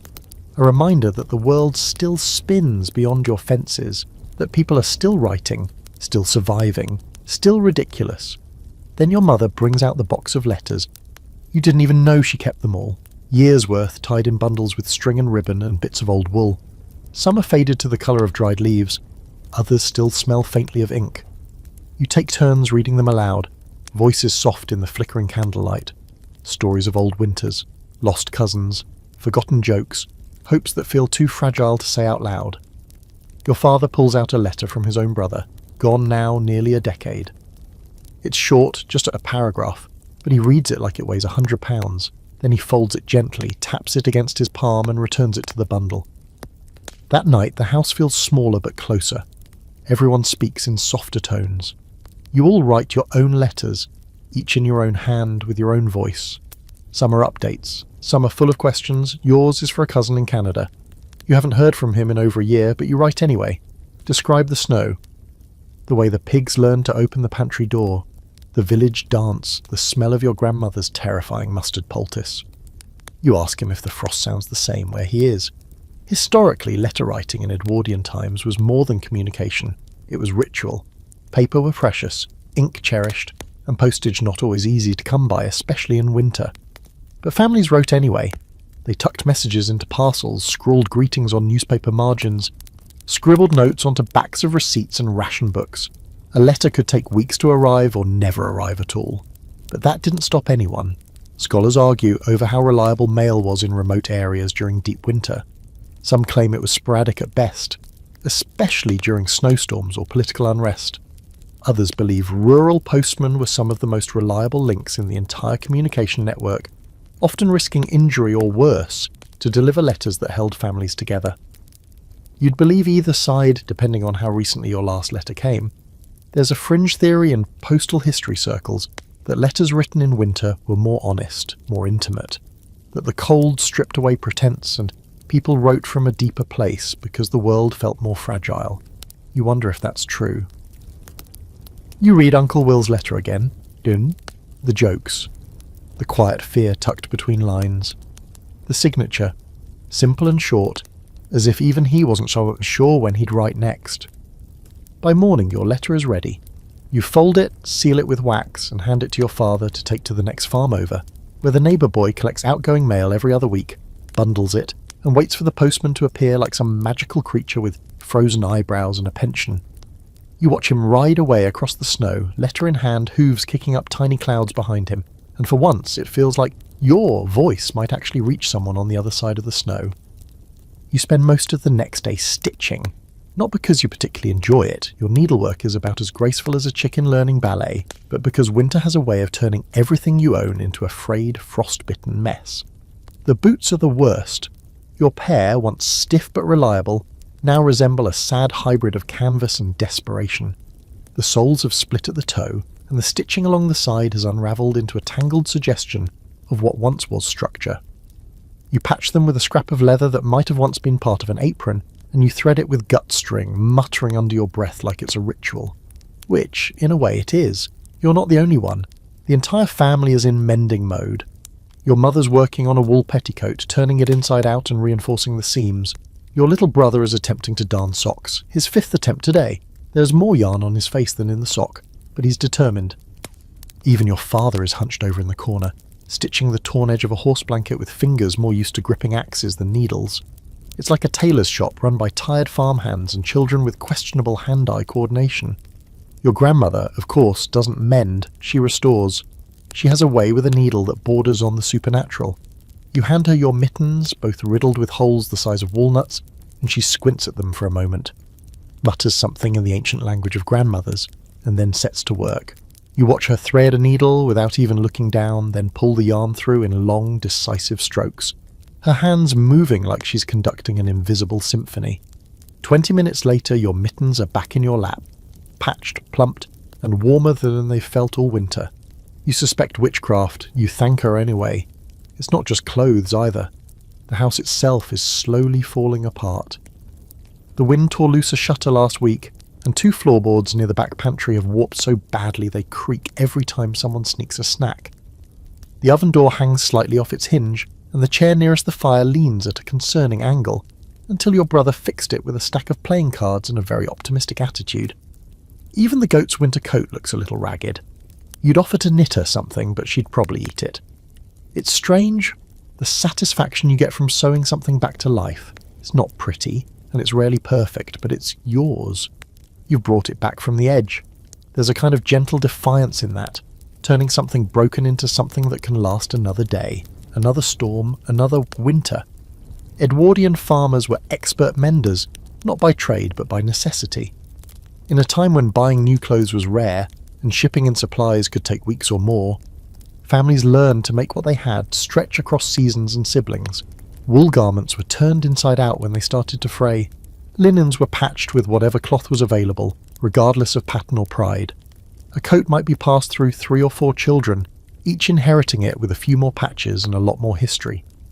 There are accounts of farmers making soles for shoes out of rope, of shirts sewn from flour sacks, of mittens knit from leftover wool unravelled from old jumpers. Some families even shared coats for town visits. Whoever had to make the trip wore the best one, while the others stayed huddled at home. Clothing was communal. Care was inherited.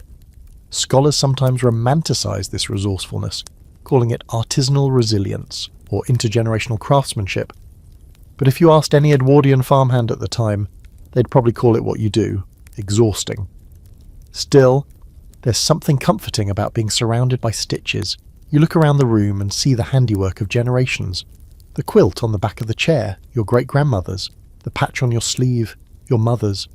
The tiny embroidered flower your sister sewed onto her scarf, even though it's lopsided, and definitely not the flower she intended.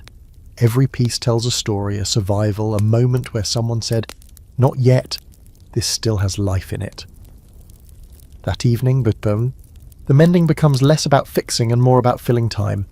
You sit by the fire with needle in hand, listening to your father read aloud from a tattered book of folk tales. He does the voices, badly. Your sister giggles into her stitching, and your brother snorts so hard he stabs himself with the needle and yelps like a stepped-on cat. Your grandmother rolls her eyes and offers him a thimble. He refuses. 2 minutes later, he stabs himself again. You hand him the thimble anyway. Later, you and your sister mend the patchwork curtains together. The fabric is a mess of different colours and textures. Some squares from old dresses, others from shirts long outgrown. One square is bright red velvet, soft and slightly scorched from a run-in with a lantern 3 winters ago. She touches it gently and says, "Remember when we tried to make matching holiday dresses? You do, hers came out lopsided. Yours came out as a pillow. But for a little while, you both believed you'd walk into church looking like queens. You smile at the memory, and for a moment, the room feels lighter. The wind outside howls, but inside there's only warmth, the quiet snick of needles, and the soft murmur of your father's voice weaving stories into the evening. There's something beautiful about the way things can be put back together. They don't look the same afterward. Of course not. They're not supposed to. Every tear leaves a mark, every patch a reminder. But together, piece by piece, they still keep out the cold, still carry the warmth, still endure. You finish your boots at last, stitching the final seam with a knot that's a little too large and a thread that doesn't match. But they're whole, and they'll walk you through the next storm and maybe the one after that. And tonight, that feels like a kind of magic. The first sign that the thaw is coming isn't anything you see. It's what you hear. Not birdsong or running water. That's later. No, the first sound is the groan of the roof. A long, low creak that shudders through the beams like a warning cough from an old man just before he stands up. You pause, cup in hand, and listen. There it is again. Creak, crack, groan. Not collapse, not yet, but close enough to make you glance upward and wonder how much snow a roof can hold before it decides it's had enough of winter. By noon you notice a drip, then another. At first it's subtle, just a soft tap on the windowsill. A glisten on the edge of the barn roof. But then the tempo increases, the icicles begin to weep. Tiny beads of water trail down their glassy sides, catching the sunlight like it's a precious metal. The snow on the path to the outhouse slumps in on itself, defeated. A small stream of water snakes its way along the trench you shoveled last week and disappears under the woodpile. It's happening. Everyone pretends not to notice at first. As if speaking of it too soon might jinx the whole thing and invite a second winter just to spite you. But your sister starts airing out the bedding. Your father cracks a window just for a moment, just enough to sniff at the wind like a hound testing for spring. Even the goat gets restless, pawing at the door, bleating like she's got urgent appointments to attend beyond the fence. It's a dangerous time, the thaw. You've been here before. It tricks you. One day it's sun and puddles and warm air on your cheeks. The next it's black ice and a broken axle on the wagon. But even so, something shifts. The air feels different. Lighter, maybe. Less like punishment and more like possibility. Your boots, patched and stitched to within an inch of their life, sink deeper into slush now, and every step makes a wet squelch like a sock left too long in a puddle. The snow's not snow anymore. It's water disguised as memory. You go to fetch wood and your foot goes straight through the crust, soaking you to the ankle. You swear loudly. The goat hears and turns around like she's judging your vocabulary. You start making lists in your head. What to repair first? What fence posts need replacing? Which section of the barn roof groans most threateningly? The thaw isn't gentle. It's messy and loud and rude. The gutters sag under the weight of melting ice. The backshed floods. The pig pen turns into something between soup and disaster. You know it's time to dig to channels, little trenches to steer the water away from the house, the coop, the woodpile. You get to work with a spade and a lot of creative muttering. Historically, the thaw was one of the most dangerous periods for rural Edwardian farms. Melting snow led to floods, collapsing roofs, rot and injury. Spring wasn't a gentle return, it was a fight. You had to prepare fast, patch faster, and hope your structures held. Many homes kept thaw maps, informal notes from years past on which areas flooded first, which trees fell, and where the ice broke early. You don't have a written map, you just have memories. That's enough. There's some debate among scholars about when exactly the Edwardian winter ended. Some define it by temperature, others by planting calendars. A few argue that the real end of winter was marked by the first batch of laundry hung outside to dry, regardless of whether it actually dried. You think it ends now, not because it's warmer, but because hope has crept back in. You go out with a basket and collect the broken pieces of the world. Twigs, bits of tarp, a cracked bucket. Your brother tries to skate on a puddle with predictable results. He comes back covered in mud and grinning like he just survived a shipwreck. You hose him off with cold water and he shrieks like a banshee, then declares himself clean enough for dinner. Inside, the windows fog up again, but not from cold, from steam. There's soup on the stove, turnip and barley, thin but hot. Bread warms on a stone near the fire. Your sister has made a list of what seeds you'll need. Your father is already planning which trees need pruning. Your grandmother, naturally, insists none of it matters unless the moon says so. You sleep lighter now, not because you're uneasy, but because the light itself is returning. The mornings come earlier. The blue tint in the snow fades to something more golden. You wake to light peeking through cracks in the shutters. Actual honest-to-goodness morning light. You'd forgotten what it looked like, what it felt like. The animals know too, the chickens are louder, more active. One of them lays an egg with a triumphant squawk like she's personally responsible for ending the ice age. The goat starts trying to escape again, a sure sign she's bored. The pigs grunt in unison like they're composing a spring anthem. You celebrate by cracking the egg into a skillet and frying it slowly in butter. 1 egg, 5 people. But it tastes like victory. There's still snow, of course, plenty of it, but it's retreating, reluctant, sulking. You watch it melt from the roof in rhythmic drops, one by one, like the last few grains of sand falling from a winter-sized hourglass. Later, you take a walk, not far, just down to the fence line. The path is mushy, your socks immediately regretting the decision, but you go anyway, because this part matters. You stop and look out across the land. It's not pretty yet. It's muddy and grey and full of broken stalks and damp debris, but there's something in the air, something that makes your skin prickle. A smell you'd almost forgotten. Earth.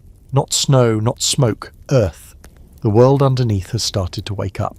You kneel down, push your fingers into the slush and feel it, soft, cold, real. Not frozen, not dead, just waiting. You stand and look up. The clouds are lighter, the sky less hostile, and in the distance, from somewhere in the thicket, comes the one sound you've been listening for all season. A bird. Just one, but it's enough. You don't trust the thaw yet, not fully. It's too early, and you've seen enough false springs to know the trick. The sun tempts you into shedding a layer, into stepping outside without gloves, into thinking maybe, just maybe, you can start hanging laundry out to dry again. And then, without fail, winter will crack its knuckles and drop another foot of snow just to remind you who's really in charge. So when the weather stays mild for 3 straight days, nobody says anything. You all just feel it, collectively pretending not to notice the drip-drip from the eaves or the way the snowbanks are shrinking like wet cotton. Still, the changes are undeniable. The barn smells different. Less of frozen manure, and more of damp straw and animal funk. The goat is shedding, leaving tufts of winter hair all over the floor like she's molting on purpose just to be a nuisance. The chickens have remembered they have legs, and now insist on wandering everywhere, including places they absolutely should not be, like the inside of your boots or the edge of your stew pot. One of them lays an egg in your father's tool chest. He's not amused. You start cleaning, not because it's fun, no sane person enjoys shoveling half-composted straw and frozen droppings out of corners, but because you have to. If you wait too long, the melt turns everything into sludge soup, and then you're up to your knees in smells that require therapy. So you dig, you lift, you rake, you carry bucket after bucket out to the back edge of the field where last year's compost pile waits, already steaming slightly, like it too has woken up and wants to join the party. Spring cleaning in an Edwardian farmhouse wasn't a single-day affair. It was a campaign, a seasonal shift of energy. For months, the house had been sealed, layered, and protected against the cold. Now, with windows cracking open and doors being propped for airflow, everything needed to be swept, beaten, boiled, or burned. Wool garments were aired, bedding was laid over the fences, floors were scrubbed with lye, even the walls got attention, scraped down and sometimes repainted. If you had the luxury of leftover supplies, you don't have any paint, but you do have vinegar, soap, and sheer stubbornness. Inside, your mother starts pulling apart the pantry, sorting jars, throwing out the unidentifiable ones. There's always one or two cloudy mystery pickles from 5 summers ago, or a forgotten jar of something labelled goose in smudged ink. You help her lift down the heavy ones from the top shelf while your sister wraps the survivors in fresh cloth labels and reorganises them by actual usefulness instead of alphabetical whim. You tackle the windows next. The glass is streaked with soot and condensation stains, and you clean them with a mix of vinegar and hot water until your arms ache and your fingers go numb from the cold water. When the sunlight finally streams through clean glass for the first time in months, it makes the room look bigger, newer, like it was holding its breath all winter and can finally exhale. Your father's outside repairing the chicken coop, not just patching, rebuilding. The snow collapsed half the roof and the whole structure leans now like a drunk leaning on a bar stool. You help him lift the beams while your brother holds nails and mostly avoids hammering his own fingers. The work is slow but satisfying. You joke that it might be faster just to let the chickens sleep in the barn again. Your father gives you a look that says he remembers exactly how bad that idea was. The animals are restless. Not just the chickens and goat, but the pigs too. They root around more, snorting and pacing. The cows bellow louder and longer, the sound echoing across the melting fields. You can feel it in the ground, like the soil itself is starting to fidget. Like every living thing is turning over in its sleep and thinking, almost now, the days are longer now. You notice in small ways, how your morning chores don't start in darkness anymore, how you can finish evening tasks without the lantern. You notice the way the sun hits the fields in a different angle, warmer, gentler, subtle, but it's steady, and it changes everything. There's a strange energy that comes with early spring. Not joy exactly, not yet, but anticipation. The kind that makes your muscles itch. Everyone in the house moves with more purpose, more urgency, like they're making up for lost time. Chores feel less like punishment and more like prep. You sweep the floors, not because they're dirty, but because you can. Because you can open the windows and let the dust escape. You start thinking about the garden, not planting yet, that's weeks off, but planning. You clear the plot of branches and old stakes, pull last year's straw mulch into the piles, rake away the leaves that froze into the soil. It smells good. Like wet dirt and buried life. Your sister brings out the seed box and you both sit on the porch sorting packets like gamblers with playing cards. Carrots, onions, cabbage, parsley if you're feeling brave, tomatoes if the sun is generous. One packet is labelled marigold. You don't remember buying it. Your sister swears it came from a neighbour who traded it for goat's milk. You agree to plant them at the edge near the fence. So a little colour, a little hope. There's scholarly debate about how early Edwardian farmers began spring preparations. Some argue the moment the frost softened, others insisted on waiting for specific signs. Certain birds, moon phases, or the feel of the soil beneath bare feet. Your grandmother claims she'll know when it's time because the air changes. She sniffs dramatically and declares, "Not yet." Still, you prepare. That night you're bone-tired, your hands are scraped, your back sore, your boots soaked through from the endless slush, but you've carved canals into the earth. You've lifted, cleaned, scrubbed, sorted. You've opened windows and let light in. You fall asleep before the fire dies, the scent of damp earth still clinging to your sleeves, the sound of dripping water echoing like a lullaby. And in your dreams, the garden is already blooming. Then one morning, without ceremony, it happens. You wake to birdsong, not a lone, confused chirp like before, but a full-throated chorus, bold and unapologetic. You lie there for a moment, barely breathing, listening to it drift through the cracked window. The sound is jarring, almost rude. You've grown so used to silence and wind and the occasional creak of the rafters that this sudden explosion of life feels alien, joyful, invasive, wonderful. You sit up and squint through the morning light. It's golden, not grey, not the weak white of snow glare or the bluish shimmer of frost, but proper sunlight. Warm and alive, It slants across the floorboards and turns the dust in the air into dancing motes. You could watch it for hours. But outside, something's happening. The snow is still there, stubborn and clinging in patches, but it's more like a memory than a presence now, dirty at the edges, shrinking, melting into streams that snake through the yard. The trees, still bare, seem taller somehow. Their branches stretch higher against the sky, as if they too know the season has shifted. You dress quickly and head outside, boots squelching in the mud. Everywhere you step, the ground is soft, alive, wriggling with worms and speckled with new shoots just barely poking through. The fields look ragged, uneven, and very much alive. The goat is already nosing around the fence line, tearing into the first green sprigs like she's been fasting all winter. The chickens are scratching up worms like it's a buffet. You spot one of the pigs lying in a shallow puddle of sun and steam, making contented grunts like a pot left on a low simmer. Your father stands at the edge of the garden plot, staring down at the soil like he's about to make a speech. He crouches, scoops a handful of dirt, crumbles it between his fingers, and gives a slow nod. It's time. Everything shifts, the pace quickens. Tools are dragged out from storage, spades, hoes, rakes, most of them with the handles worn smooth from years of use, and a few replaced with branches from the ash tree when the original snapped. You oil the hinges, knock the rust off the blades, and test each one for weight and balance. Even the tools seem eager.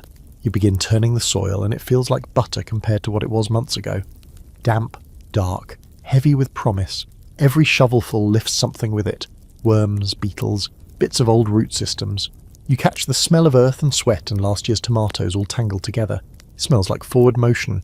The garden takes shape over the next few days.